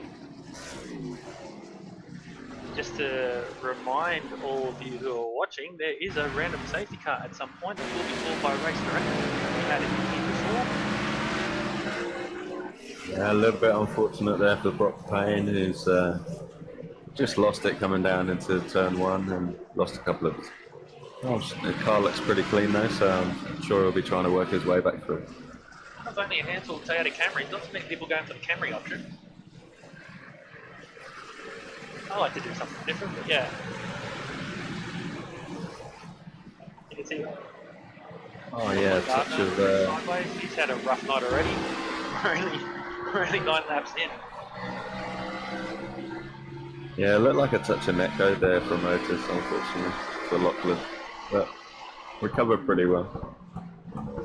So guys, just a quick explanation on netcode. Because of the what we call latency, the time it takes to see other computers or the other versions doing there is a bit of netcode, and you have to do a little bit of space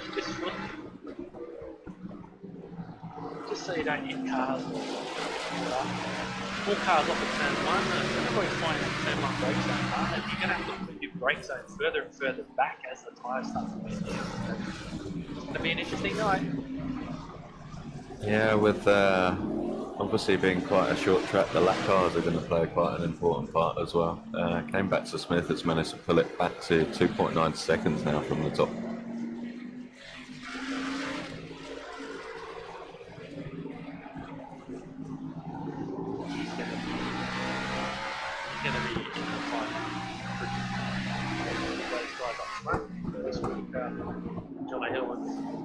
Trent Laves here, 69 to the Mustang, damage on his front, but he's got a 5 car in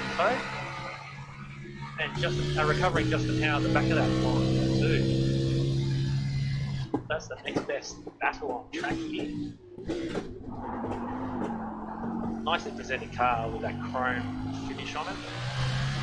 So in this battle we got Trent Laves, Sam Collins, Garrett Cousins, and Cameron Gore. Oh, Sam Kazinas. Haha, it rolled off the tongue that time.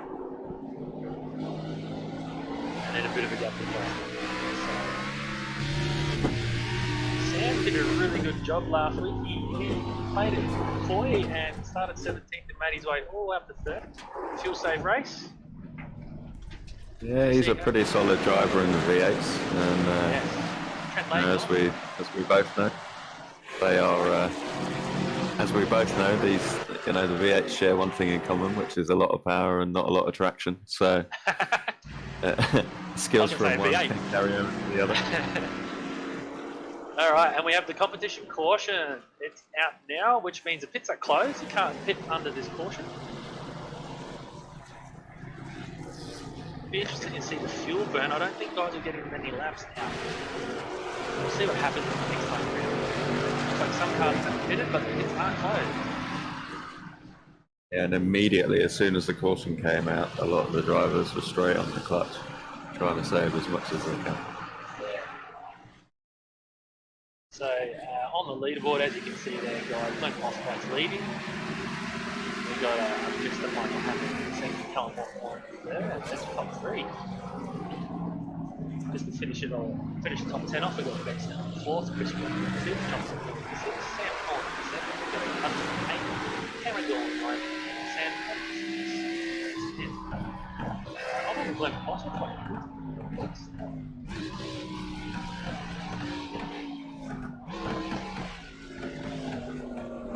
Mikey Hammond's taking it slow, he's trying to save fuel. Oh, here comes the safety car. That's why he's coming out really slow. More safety car coming around.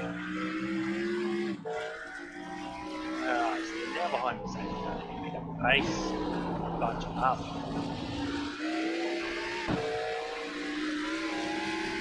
These guys get instructions on which car they need to follow and where they need to be in line. Pits will be open, I believe, this lap, but they cannot exit the pits until the conga line has completely passed the end of the lane. So we'll see how this goes. Whether or not they take 2 tyres, 4 tyres, full fuel. Me personally, I'd take the extra time and get 4 tyres and fuel. As you see, the leaders start to climb into the pits.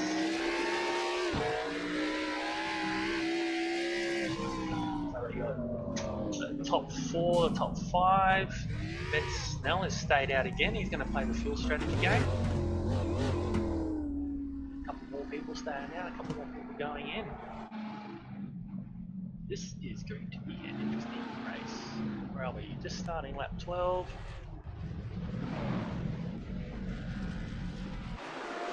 Chris Whitaker has just left. Sam Collins. Alright, the front of the field is going out. Looks like some people are taking on tyre, that's why there's a bit of a difference in pit stop time. Just remember, guys, that you can drive through an opponent's car while you're stopped in the pit lane and in the speed up lane, but once you're in the fast lane, the one closer to the track, you cannot drive through and get a contact. So we'll see how this goes out.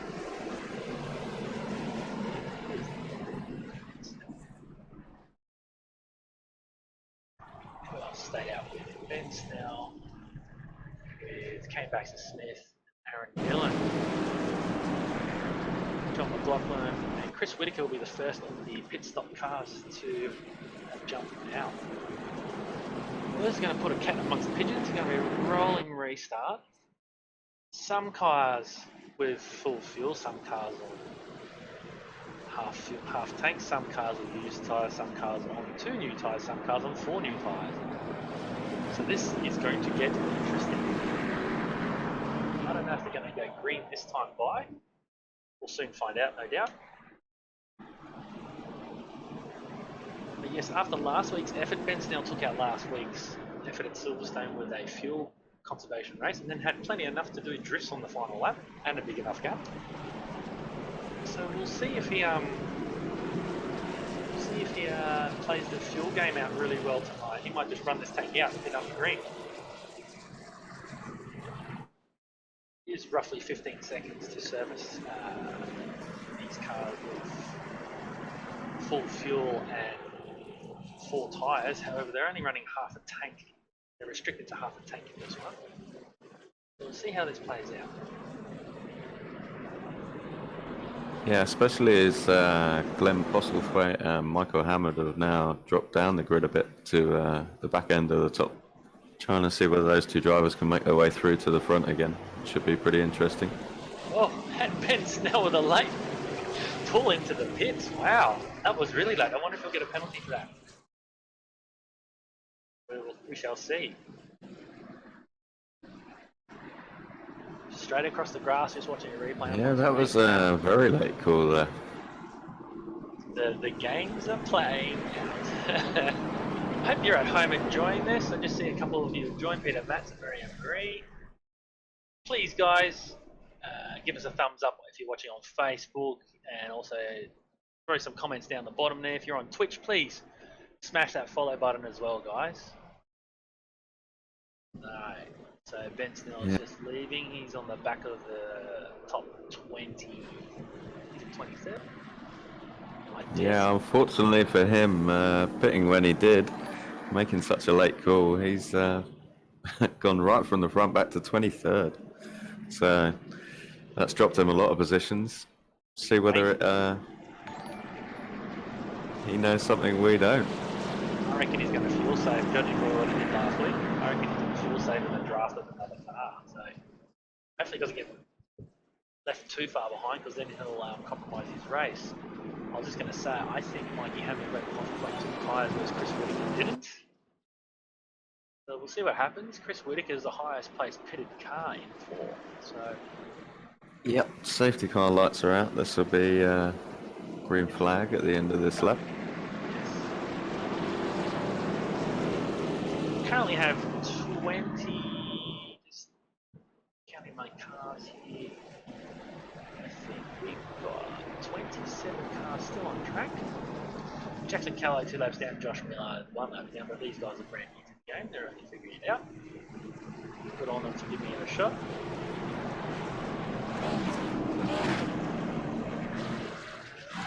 Yeah, last race's mover and shaker, Jason Bentz, is either biding his time or having a bit of a struggle in these cars, but he's started from the back, and unfortunately he's still at the back. He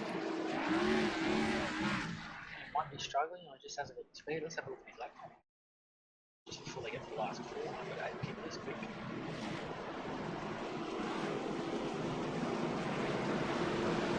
Doing 13s. He just hasn't adjusted for the car. Alright, safety car is in, came back to Smith at the field. These guys cannot pass the control line. Well, there's a bit of nose to tail action here. Gotta calm down, guys. And there's going to be some lock-up into turn 1, because there's going to be different tyres here. Came back to Smith getting a nice jump there on the rest of the field. Very good job.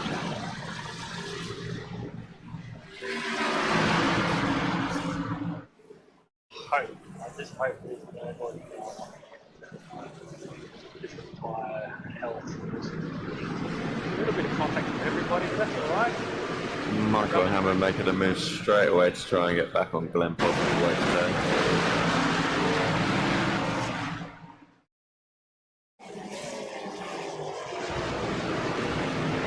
They're just going to keep at it, aren't they? Chocolate might be, I'm looking from a chocolate point of view, and he's got a bit of a lead. He's got about 3 to 5 car lengths. John McLaughlin and Chris Whittaker right on his tail and the toiletries car, the bump paper. Chris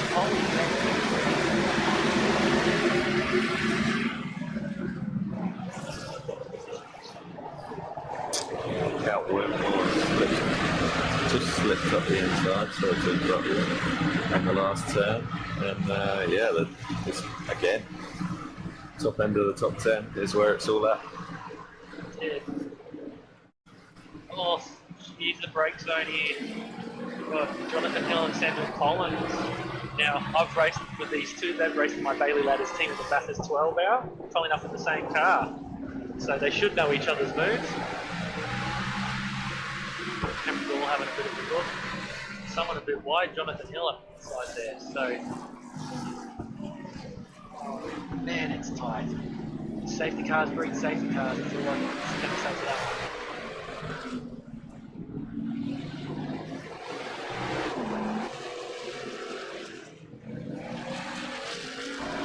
So, not getting back to Smith in the lead here.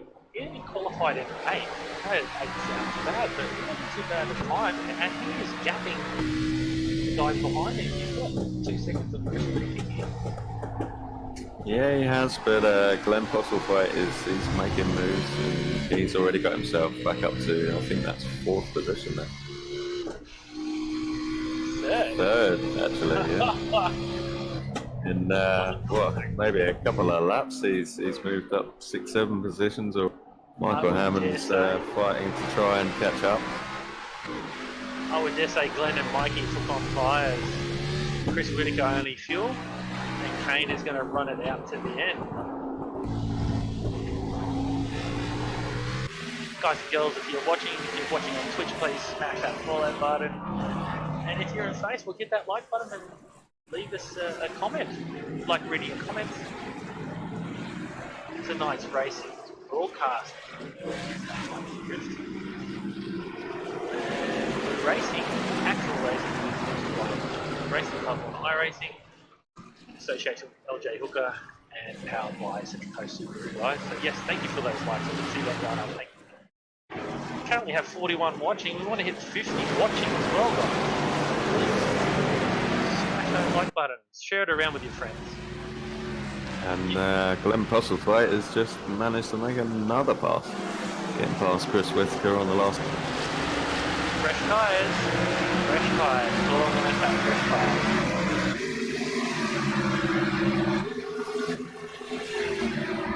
My name is Nick, and this is Phil. We're your commentators tonight. I hope you're enjoying the action. Please leave comments down below. And if there is another safety car, we might try and get through and see some other cars and see their liveries. Just looking down the timing list. Back in the top 10, you're back in the top 10 comments. Cameron Gall, Justin Howe, Sam Collins, Chris Polly, Ben Snell, Sam Kapicinas. They're all, wow, this is a big one. There's going to be some biffing and barging back here. 2x2, side by side, wow.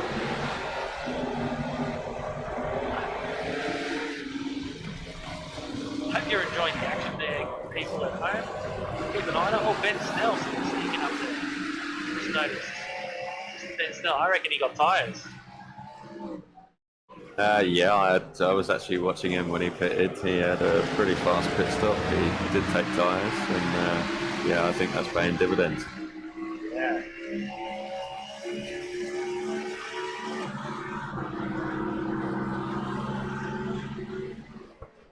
Oh no, Chris Polly unfortunately going off on the last corner, struggling to get it back off the grass, but I think he's got it running again. I can see the in-game chat lighting up. There's people ripping and barging. We've got a sorry and someone bluing about that. Let's see how they...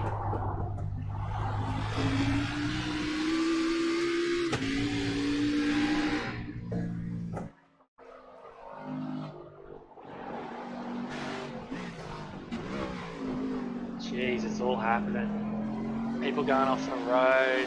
Oh mate, this is an exciting race. Yeah, and after only a few more laps back under the green, we've already got some more lap cars, which is going to make these a little bit more exciting as the leaders are starting to come through them now. Just finishing their lap now, starting lap 20. Mr. Kane's actually did a 12.4, but what's he on?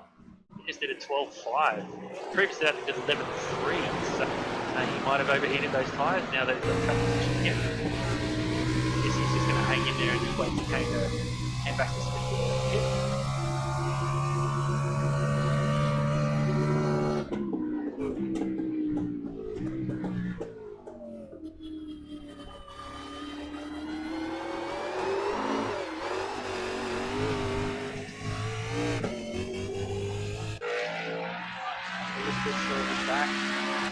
Got Brock Payne here in Camry, tail end of the 3-car fight with Brendan Whitaker over Caldwell. He's had a bit of piffo. Yeah, and Brendan Whitaker's brother Chris Whitaker, I'm sure he's going to need some of that quilt on because Michael Hammond plays right up behind. Ooh, Sam Kapicinas has just given a penalty in that run-in with, I think, Brock Payne. he did say sorry. It was deemed to be too aggressive. So he's been given a. Is that a 30-second penalty? Yeah, I believe it is. Yeah. He's going to have to serve that at some point. Now, just remind me, Phil, is that added on to your pit stop, or you have to do a drive so you have to stop for 30 seconds? Oh, sorry, we've just got another driver off at turn 1. I think he was going to make a move there, Lachlan Gardner, and he's just braked that a little bit too late. As you can see, you lose so many positions. Yeah. This is Lockie's first race as well. I mean, he is the current Queensland Sports and Sedans racing champion, but he's having a bit of a tough time here in iRacing, still getting adjusted to his virtual world, so however that car does look nice. Big shout out to Lockie there. He got some followers here on the stream. Those of you at home watching, please smash that like button, throw us a comment. Lockie's giving it his best. Yeah, came back to Smith is he's holding Glenn pretty well now. I mean, Glenn had the pace early on. He's quite possibly just biding his time. Kane's doing a good job. Looking at the last 3 laps of Kane, he's done a 12.46, a 12.41 and a 12.40. So he's doing a good job. Glenn possibly, I'm sure he did an 11 in that lap. No, he did a 12.2. 11.7 and a 12.2 in the last 2 laps. So he's caught back up to him. Chris Whitaker and Mikey Hammond having a bit of a ding-dong back there as well. Yeah, and John McLaughlin has done well from qualifying 16th, sorry, up to 6th place. Yeah, and Jonathan Hill having a bit of a fight as well. And look who's come onto the back of there, Greg. Mr. Ben Snell. So there you go. I know that Ben has got one more lap more than everybody else. Chris Polly's in the pits. Yeah, Ben's gone from right at the front to right at the back, and he's got himself back in the top 10 again. That's it. Now, unfortunately for Cameron, he had a internet throughput. So that means his internet couldn't sustain his connection to the server. So he's going to be dirty with himself. I've had that happen once or twice where you just end up driving by yourself wondering where everybody went.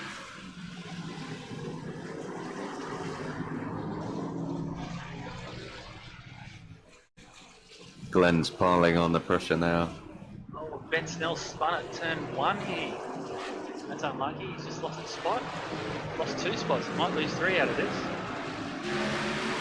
Yeah, part of the problem when if you make a mistake and go off track, you then want to amend for your mistake so much that you can quite often push those tyres a bit too hard whilst trying to get the power down. That's it. I always tell my teammates that, you're better off going 1 second slower over the course of 5 laps than doing a spin in that 5 laps and losing 30 seconds. Yeah, very true. The fastest doesn't always win the race. As proven last week by Ben Snell, funnily enough. It's super tight at the top, only 2 tenths separating Kane Baxter Smith and Glenn. Just crossed the line and started. Glenn is looking all over Kane Baxter Smith. Good on Kane Baxter Smith for running the fuel tank out. And as judged by Ben Snell there, there's another yellow that comes out. He's not going to lose too much time. Yeah, just had a look back there, was wondering why Michael Hammond dropped a bit back off Chris Whitaker and has actually lost the position from it. He braked a little bit too late on turn 1 last lap and just went off, lost a little bit of time and 1 position, but I'm sure he'll be kicking himself for that one, but fighting hard to come. That's with these tyres, you just have to brake a little bit out of there each lap.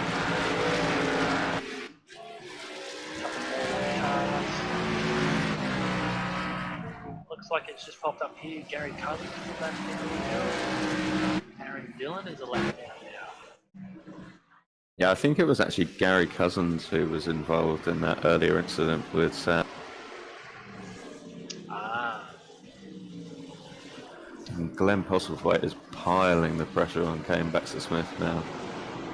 Well, he's looking in, he's looking out, he's just touched him. Alright, they've got 4 seconds on the right line. They're doing magnificent. Came back to Smith, let's have a look at his lap time. He's just dropping into the 13th, and it looks like Glenn might pass now. Oh, caution comes out. Was Glenn in front? There must be a colossal crash somewhere. I don't know where it is. I'm looking through the field here. No, Kane Baxter Smith holds that position. This is unfortunate for Kane. He will pit under yellow, but he will lose a ton of track position. Glenn Postlethwaite was putting on the pass, sideways and everything, so maybe Mikey Hammond's dropped back to save his tyres as well, now that he's in a bit of the pack here. I know he's got right on the back of the car. They're going to save some fuel. I keep my eyes on Kane Baxter Smith here. Pit's close, we can't pit this lap. That's unfortunate.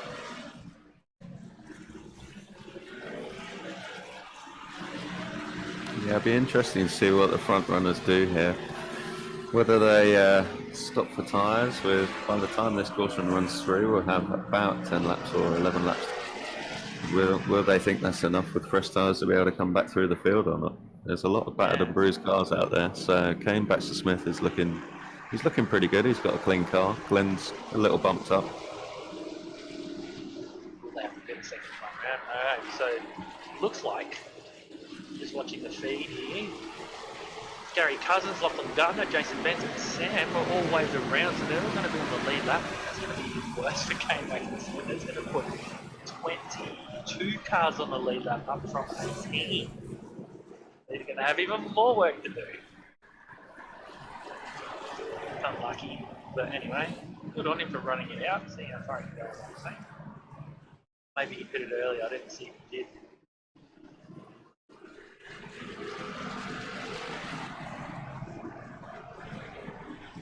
No, the lap timing for him is a little bit iffy for me. Yeah, I'm not sure.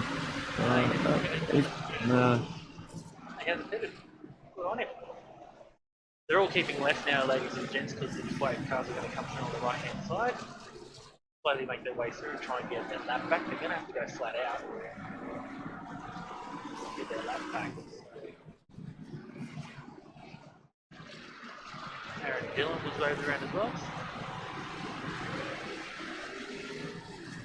It's all happening. They're getting the lucky dogs. Josh Millard was waved around as well. So basically, if you had a lap to make up somewhere, so Chris Molly was waved around as well. Yeah, you can at least make up one of them. So let's see how we go. Ooh. The whole lead pack is pitching. So Kane Baxter Smith might hold track position here. He's going to have to get tyres short.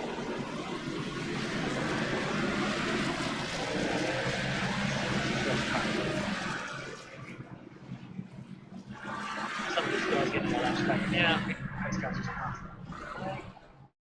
Comes to a stop. Looks like Chris Whittaker's getting tyres. Hammond.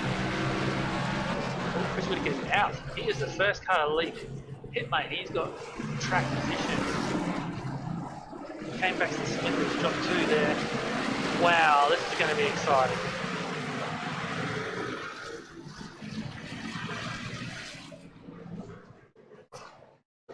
All 4 guys steaming out of pit lane. They've got to be on it. Looks like the whole field has pitted. Going to jumble it all up. So it seems to me Chris Whittaker is the first car. He's been playing a track position game. He's the first car to have pitted and come out right behind Brendan Matt. While you're watching that blimp view there, guys, just quickly, Gentlemen's Racing Club would like to thank Doadrift for providing their services for this broadcast. I'd also like to thank LJ Hook again and Central Coast Subaru for sponsoring this series and providing the funding for it. Yeah, my timing is actually showing Brandon Madden in first spot, who hasn't pitted now, but he pitted earlier on. Yeah, lap 23 had a bit of a blowout there, didn't he? Off track or something.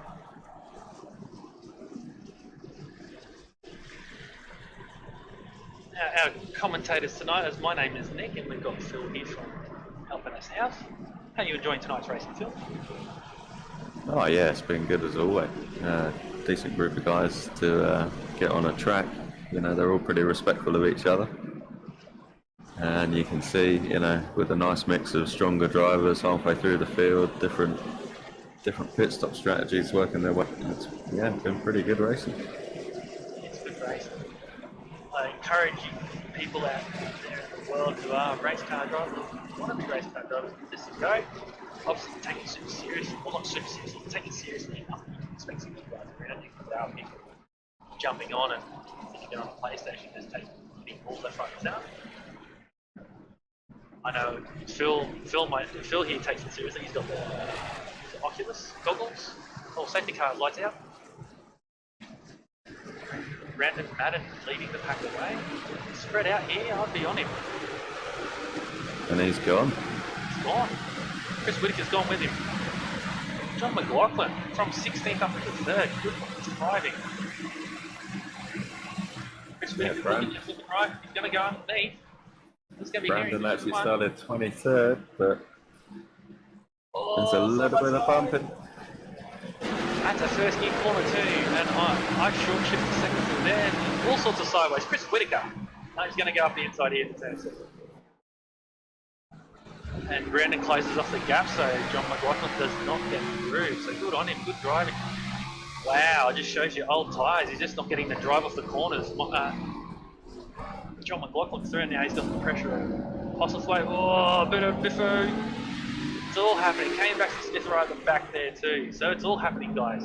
Oh, there's some sideways action. Looks like Jonathan Hill hit someone. And Ben Snell, there's that name again. Mr. Save Fuel himself is up there as well. Tight action, guys. We'll let this play out. Yeah, Chris Whitaker's got a nice little lead there at the front, and with Brandon, a lot of it can be a confidence thing as well with the older. Yeah. Cold tyres and up the temperature. It's not third.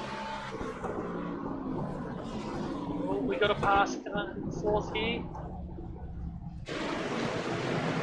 Oh, Brandon all happened. a little bit too deep, didn't he? Yeah. Came back to Smith, gets a rambling Postlethwaite. Came back to Smith having a great drive tonight. Oh, Who's that off? Oh, I didn't see it. that was Brandon. Unfortunately, he got the snap, and that thing bit him hard. He's straight in the wall. Unfortunately, I think that's his race pretty much over. Oh, he's got it running again, He's but recovering, but unfortunate for him. That's unlucky. I'm going to focus back on the front here. This is a long conga line of trains. Everybody's got it super serious now. No one's letting gaps happen. I'll get any bigger, so... Brandon was 23rd up, that was pretty good, but the current leader of the highest position, the most positions gained, is John from 16 to 2nd. There's some pressure happening back. He came back to Smith and Glenn Postlethwaite by having a look. All the fresher tyres get him underneath. Came back to Smith, is looking, and he's under and through. Can they get it on the opposite side? Oh, and looks like Postlethwaite's to go with him. Side by side coming out of the 2. This is Harry. First gear, 750 horsepower. Oh, Mikey. oh, there's the back around there, Michael Hammond and Cal Whitmore getting into each other, and unfortunately, Michael Hammond coming off work. He got knocked so far off the track, it's been reset back to the pits. That's so unfortunate. Yeah, unfortunately, the out of bounds on this track aren't too far away from where the actual racetrack is, so that couldn't happen one quite. more just drop kick Jonathan Hill. Jonathan Hill drop kick. Oh wow, there's all sorts of action. Yeah, Justin Howe, he got caught up in that as well. Unfortunate for him. It's all happening. Wow. And Justin Howe's just doing donuts in the dirt. They're trying to recover. Unfortunate night for him. He was looking good until that point. Looks like he's gonna reset back to the pits.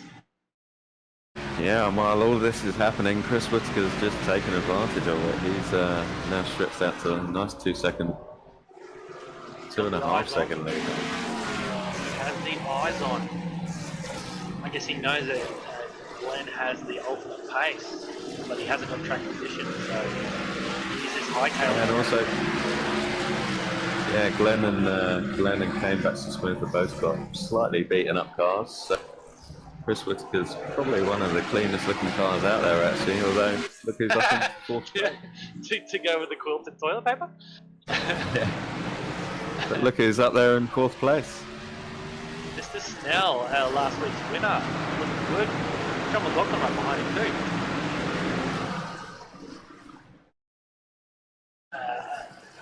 New to this series, but not new to iRacing, because Sam Collins there in sixth. Bruce Keeley right behind him. Well, not right behind him, sorry, my apologies. Cameron Gall is a lap down.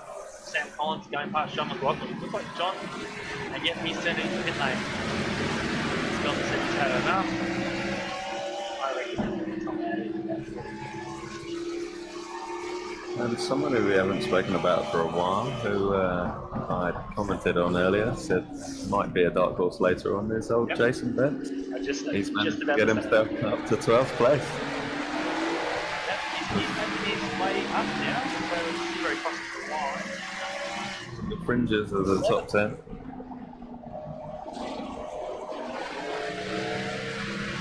So it now looks like it's a sprint. You guys aren't holding back. It's pretty good last lap with the 13.3. Came back to Smith still with Glenn Hoffway reading the part numbers on his car. He's that close. Kane did a 12.4, Glenn a 12.6, and Mr. Snell a 12.1. So those guys are fighting, duking it out. Top 4. Who will it be? Yeah, that's will be the one to watch, I think. That's where all the action's going to happen. We're coming to the end of our 30-second lap, so there'll only be 7 to go once I cross the line here. I think we got Kane and Glenn going side by side across the line. Yeah, unfortunately got a bad run out of that last turn. And Glenn's got down the inside and... Now has Glenn got the newer tyres that he can reel in Chris Whitaker?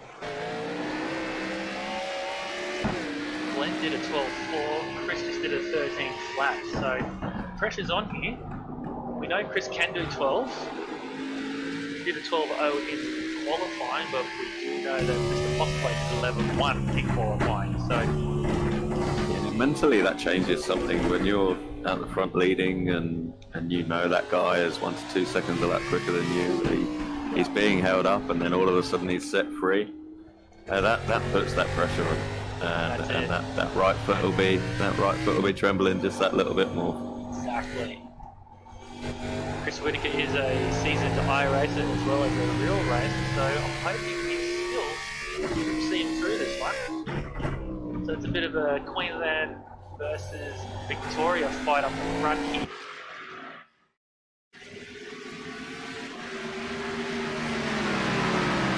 Across the line. 12.6 from 11.9 from Glenn. He's closed the gap to 7.10. This is going to be the race for the win, I believe. Ben Snell's hanging in there, 2.2 seconds behind, so the front two do take each other out. He's going to snap up the position there. Came back to Smith, 3.3 off the lead. Sam Collins, great drive up to 5th from 9th position. His first race in this series.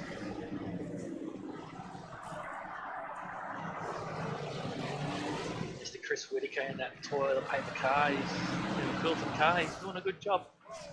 Yeah, and so is his brother actually. He's started 21st, he's now up to P7. So the Whitaker brothers having a great day today. That's fantastic. Get amongst it. Speaking of getting amongst it, guys, if you're watching, please hit that like button. This is the final laps of the race. Please comment, who do you think's going to win? If you're watching on Twitch, smash that like button, smash that follow button, please. Cannot get more exciting than this. Yeah, Glenn's really pushing Chris hard now, isn't he? Into the lap, yeah, exactly. 5 to go. Glenn's having a look. He's having a look. He's up the inside. Now the outside. Chris has got the wider run, so he can get on the power a bit harder, and Chris maintains position. What a race! This is the fight for the lead, guys. We've got just on 5 laps to go. Chris Whitaker leading from Glenn Postway.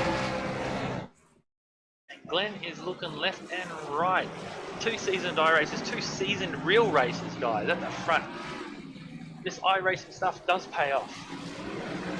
Thank you to people who are liking the stream on Twitch, and thank you to those people who are commenting in Facebook. Make sure you please comment and hit the like.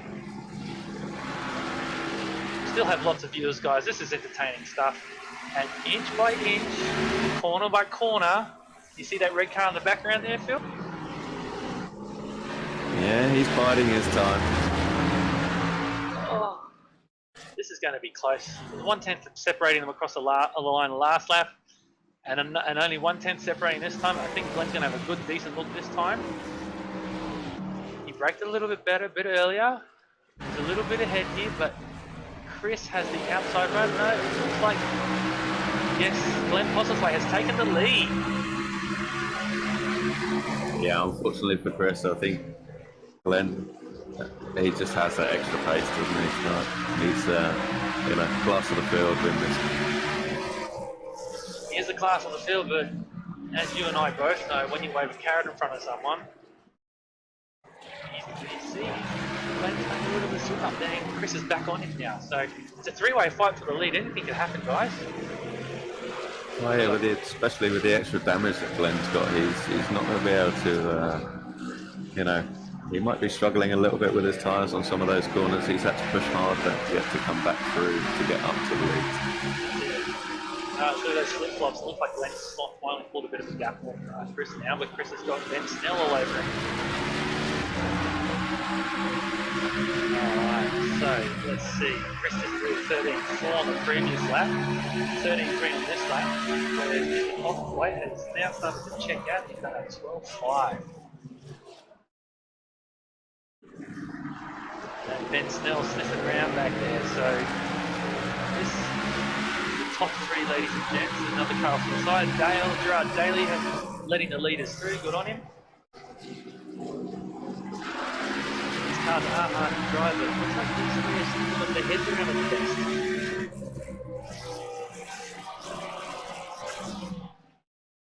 Coming through into the tight flip-flop section now with these leaders.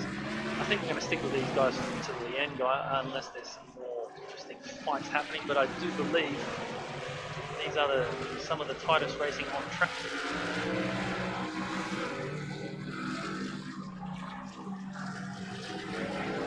And yeah, Glenn Postway has checked out. But Chris Whitaker has that red car all over him. Looking left, looking right, he's looking for a way through. Chris a bit sideways in that final turn there. Now compromises his run onto the front stretch. Now Ben Snell gets a bit of a sniff coming down the inside. He's got track position, he's got the position across the line. I dare say you have it into the brakes out here.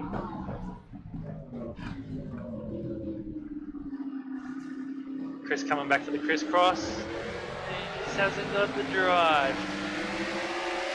It looks like tyres are the telling factor in all of this. Yeah, this top 5 have just checked out from the rest of the field. Haven't they? And Sam Collins is catching up with Kane Baxter Smith, so these guys are the top 5 are 5 seconds, 6 seconds in front of the next place car, so yeah, they're checking. Yeah, I think with the bit of damage that came back to Smith's got on his car, that's why he couldn't hold Sam behind. Yeah. Nice, quickly dropping back through the field there. We can pick up 10th and 11th position. We've got Chester Ward and Brock Payne, 44 and 33. They are the closest fight on track. Let's bring it up. See how they figure out. If not, that's alright. Got Glenn completing starting his 39th lap.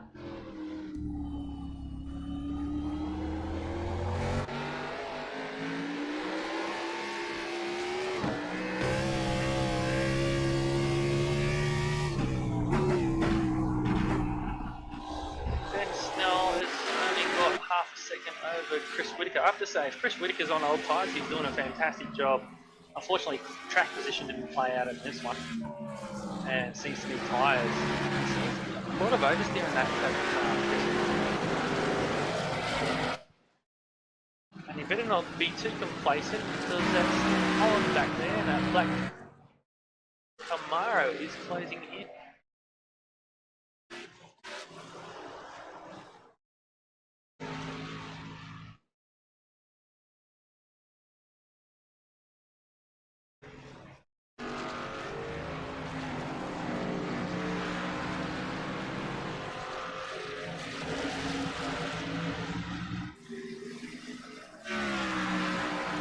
Yeah, as we hit the white flag lap, Glenn Postlethwaite has just checked out. He's 2.5 second lead now. 12-4 on the last lap. Oh, and Ben Snell. That is a podium gone. Unlucky. He filters out right in front and came back to Smith. I mean, Sam Collins and Chris Whittaker both make up positions. I do believe now that Sam Collins is on the podium. Just looking at came back to Smith's car, it's a bit beat up there too. You'd be kicking yourself. Oh, Ben Snell, unlucky. Just went that bit too deep under brakes into turn 1. Mr. Postlethwaite, I'm just focusing back on him. He's drifting it all through the twisties down the back here. You've got to be careful to drift these cars, they can bite you. You do, but he looks like he's having some fun out there. He's got it under control. Final turn, Glenn Postlethwaite comes over with a masterful drive. Pole and the win. I've got to double check if he got the fastest lap, but there you go. Think about that. That was a great drive. That was a great drive. Chris Whittaker, I have to say, a bloody good drive too. He's on old tyres to take second there, and Sam Collins back at the top 10 to finish third. Wow. Ben Snell finished fourth. Looks like he's got it out of there nice and quick. He's disappointed in himself. Came back to Smith. Great drive there for fifth. Bruce Keeley. Yeah, I was going to say Bruce Keeley, one driver we hadn't really spoken about much. He's started 19th and got his way all the way up to 6th place. That's a pretty damn solid drive. And nice clean car he's got there. And Brendan Whittaker, brother to Chris, 14 positions. Wow. So that's 7th. Jonathan Hill, he was involved in some incidents earlier. He's come across the line in 8th. Mr. Callum Watmore involved in some of those same incidents, unfortunately. There was a bit of contact there in the tight bits.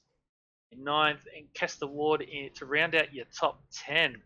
What a race, guys. Unfortunately, I can't get a hold of Glenn. Doesn't seem to have joined us in race control here, but I'm going to grab somebody in the meantime. I'll let you guys watch some of the highlights and bits and pieces. I'm just going to quickly jump to another channel back in a second.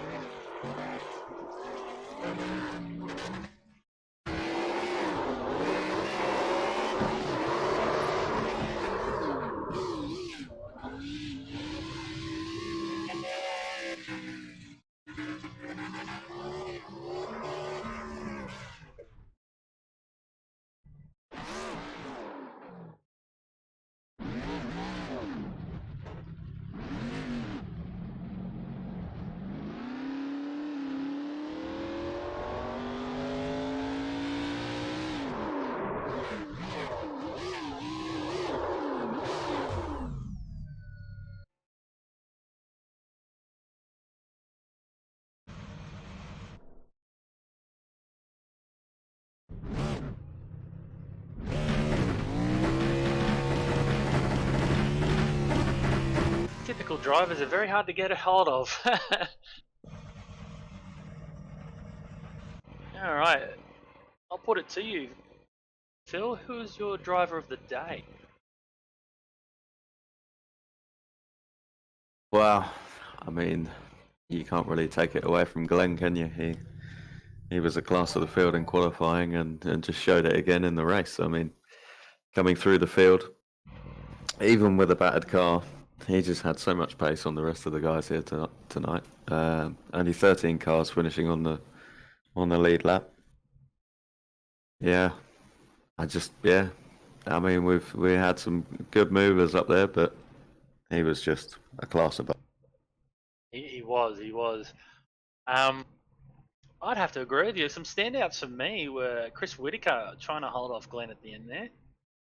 Kane Baxter Smith leading for quite a while and holding off Glenn there, and then pitting under green and still coming back through. So good drive there.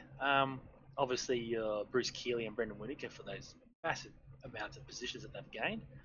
But I'd have to agree with you. Mr. Glenn Postlethwaite, he's just the class of the field at the moment. Got the win and the pole. So very good to him. Very good drive to him. Alright, looking ahead, the series will move next week to Road Atlanta. Well, they'll be doing 35 laps around there, around the full length circuit. And yeah, it's going to be a good one. Oh, we have Sam Collins just joined us. Sam, fantastic drive. You started on the back of the top 10 and drove all the way to third. How was it from your perspective? Yeah, that was a bit of a surprise actually. I went way backwards at the start. I just fluffed it. Just got so much wheel spin. I lost like 5 positions before the first corner, I think, and then I think I made it into the top 10 before the first pit stop, and then that didn't go that well either. And then the last competition caution really helped me out. I ended up pretty good after that. A few people went off towards the end, and that really got me into the top 3. Yeah, nice. I saw you were doing consistent laps back there. Did you take tyres at your pit stop? The first pit stop I took left side only, and then the last one I took all 4, which probably helped me a bit. I was going to say, did you notice that made a difference? Yeah, it seemed to be. I seemed to be a lot more competitive in the last stint. Excellent. That was fantastic drive, Sam. Is there anybody you'd like to plug? Any sponsors? Anybody?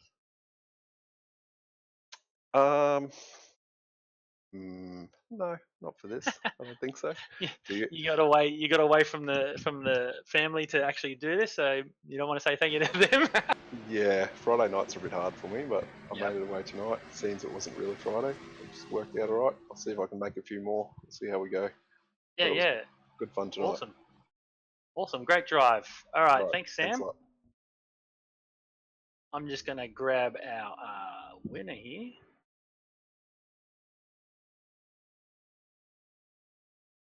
Oh, I'm having a bit of trouble. Here we go. Glenn. G'day, how you going? Good, fantastic drive, mate. That was awesome work. Thank you. It was pretty hard work. Now, I was just saying to Sam that he was a bit of a creeper up through the field there, and that last caution helped him. How did you go with your? I had a bit of a bad run with the cautions. I think both times I dropped back to sort of 6th or 7th and had to work my way. And that the last one after the safety car, I didn't have too many incidents left for I could drive through, so I couldn't touch a single car. Trying to get to the lead, it was hard work, I tell you that. Yeah, it looked like hard work. You did a very good job. I'm assuming you took 4 tyres on that last stop. Yeah, I did. Yeah. And that'll probably explain why Chris Whitaker got out ahead. He probably only took 2 or none. Yeah, I think a few guys trying to go for a track position, but you get a couple of good laps out of the tyres when they're fresh, so it's worth having. Fantastic drive, mate. That was awesome. We both myself and Phil have given you our vote for man of the race. That was fantastic. Thank you, appreciate it. A lot of airtime. Is there anybody you'd like to thank? Any sponsors or anybody like that? I'll thank my team, Synergy Sim Racing, and a couple of sponsors, JK Signs, DGD Customs, and Positives Mechanic Group. Fantastic. Did you guys have who was the other guy? You have a teammate in here? Yeah, my mate Bruce Kylie was in. Kylie. He just jumped in. I call him Keely, but anyway, yeah, Bruce Kylie. There you go. Yeah, the one. Yeah, he sort of jumped in pretty late there, and he come through the field pretty well. So. Yeah, 19th to 6th. Fantastic. I know you do a lot of iRacing. Does Bruce? Yeah, he's on here a fair bit. Probably not as much as me. I spend a bit too much time on here. But... Oh, mate, well, look, it pays off. You're competitive in this. You're competitive in Thunder Sports down there in Victoria. So, well done, mate. That was a fantastic drive tonight. I thought there was going to be a bit more of a fight between yourself and Ben. And also, how good was Kane going tonight? That was a fantastic drive by him. But yeah, I thought there was going to be a bit more of a fight between you and Ben. Yeah, Kane's a really smart racer. Like, he knows where to place the car so you can't pass. He's very good like that. So it's certainly hard work to get by. And yeah, Ben's he's quick. Yeah, it looks like the you three plus there's a couple other guys on the fringes that seem to get your heads around these cars. So it's going to be interesting. Just quickly looking forward. We're going to Road Atlanta full course next week. What are your prospects going to be there? Another win, pole, and fastest. I will certainly do my best. It's not a bad track. It's yeah, no, it should be fun. I'll have a good crack as always. And if I'm back in the field, I'll just send it like I usually do. Fair enough. All right. Well, thank you for your time. Thank you very much, guys. Look forward to seeing you next week. Awesome. All right, guys. Just to quickly cap that off, that was the end of round 2, presented by the Gentlemen's Club of LJ Hooker and Central Coast Subaru. We had our production cars at the start, and then we finished off with our TA2s. Join us next week, where we will complete the exact same again. I do believe the production cars are going to go to a different car and different track, whereas the TA2s will be the same cars at Road Atlanta. It's going to be spicy. It's going to be hot. Hopefully Phil can join me next week. I'd like to say thank you to Doadrift for doing this broadcast. It's not all easy work for us, guys, so please smash those like buttons, smash those share buttons, and on Twitch, smash that follow button. We really appreciate it. I hope you enjoyed that, guys. Please catch us next week, where we'll do it all again. I'm out. My name is Nick. Have a great night.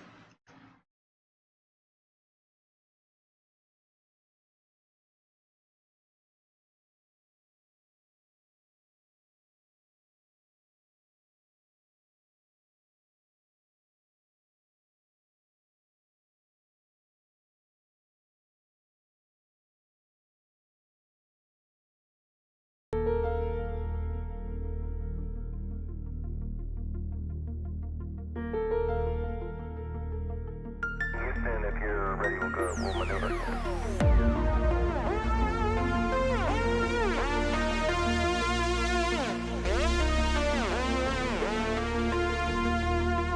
Reaching out.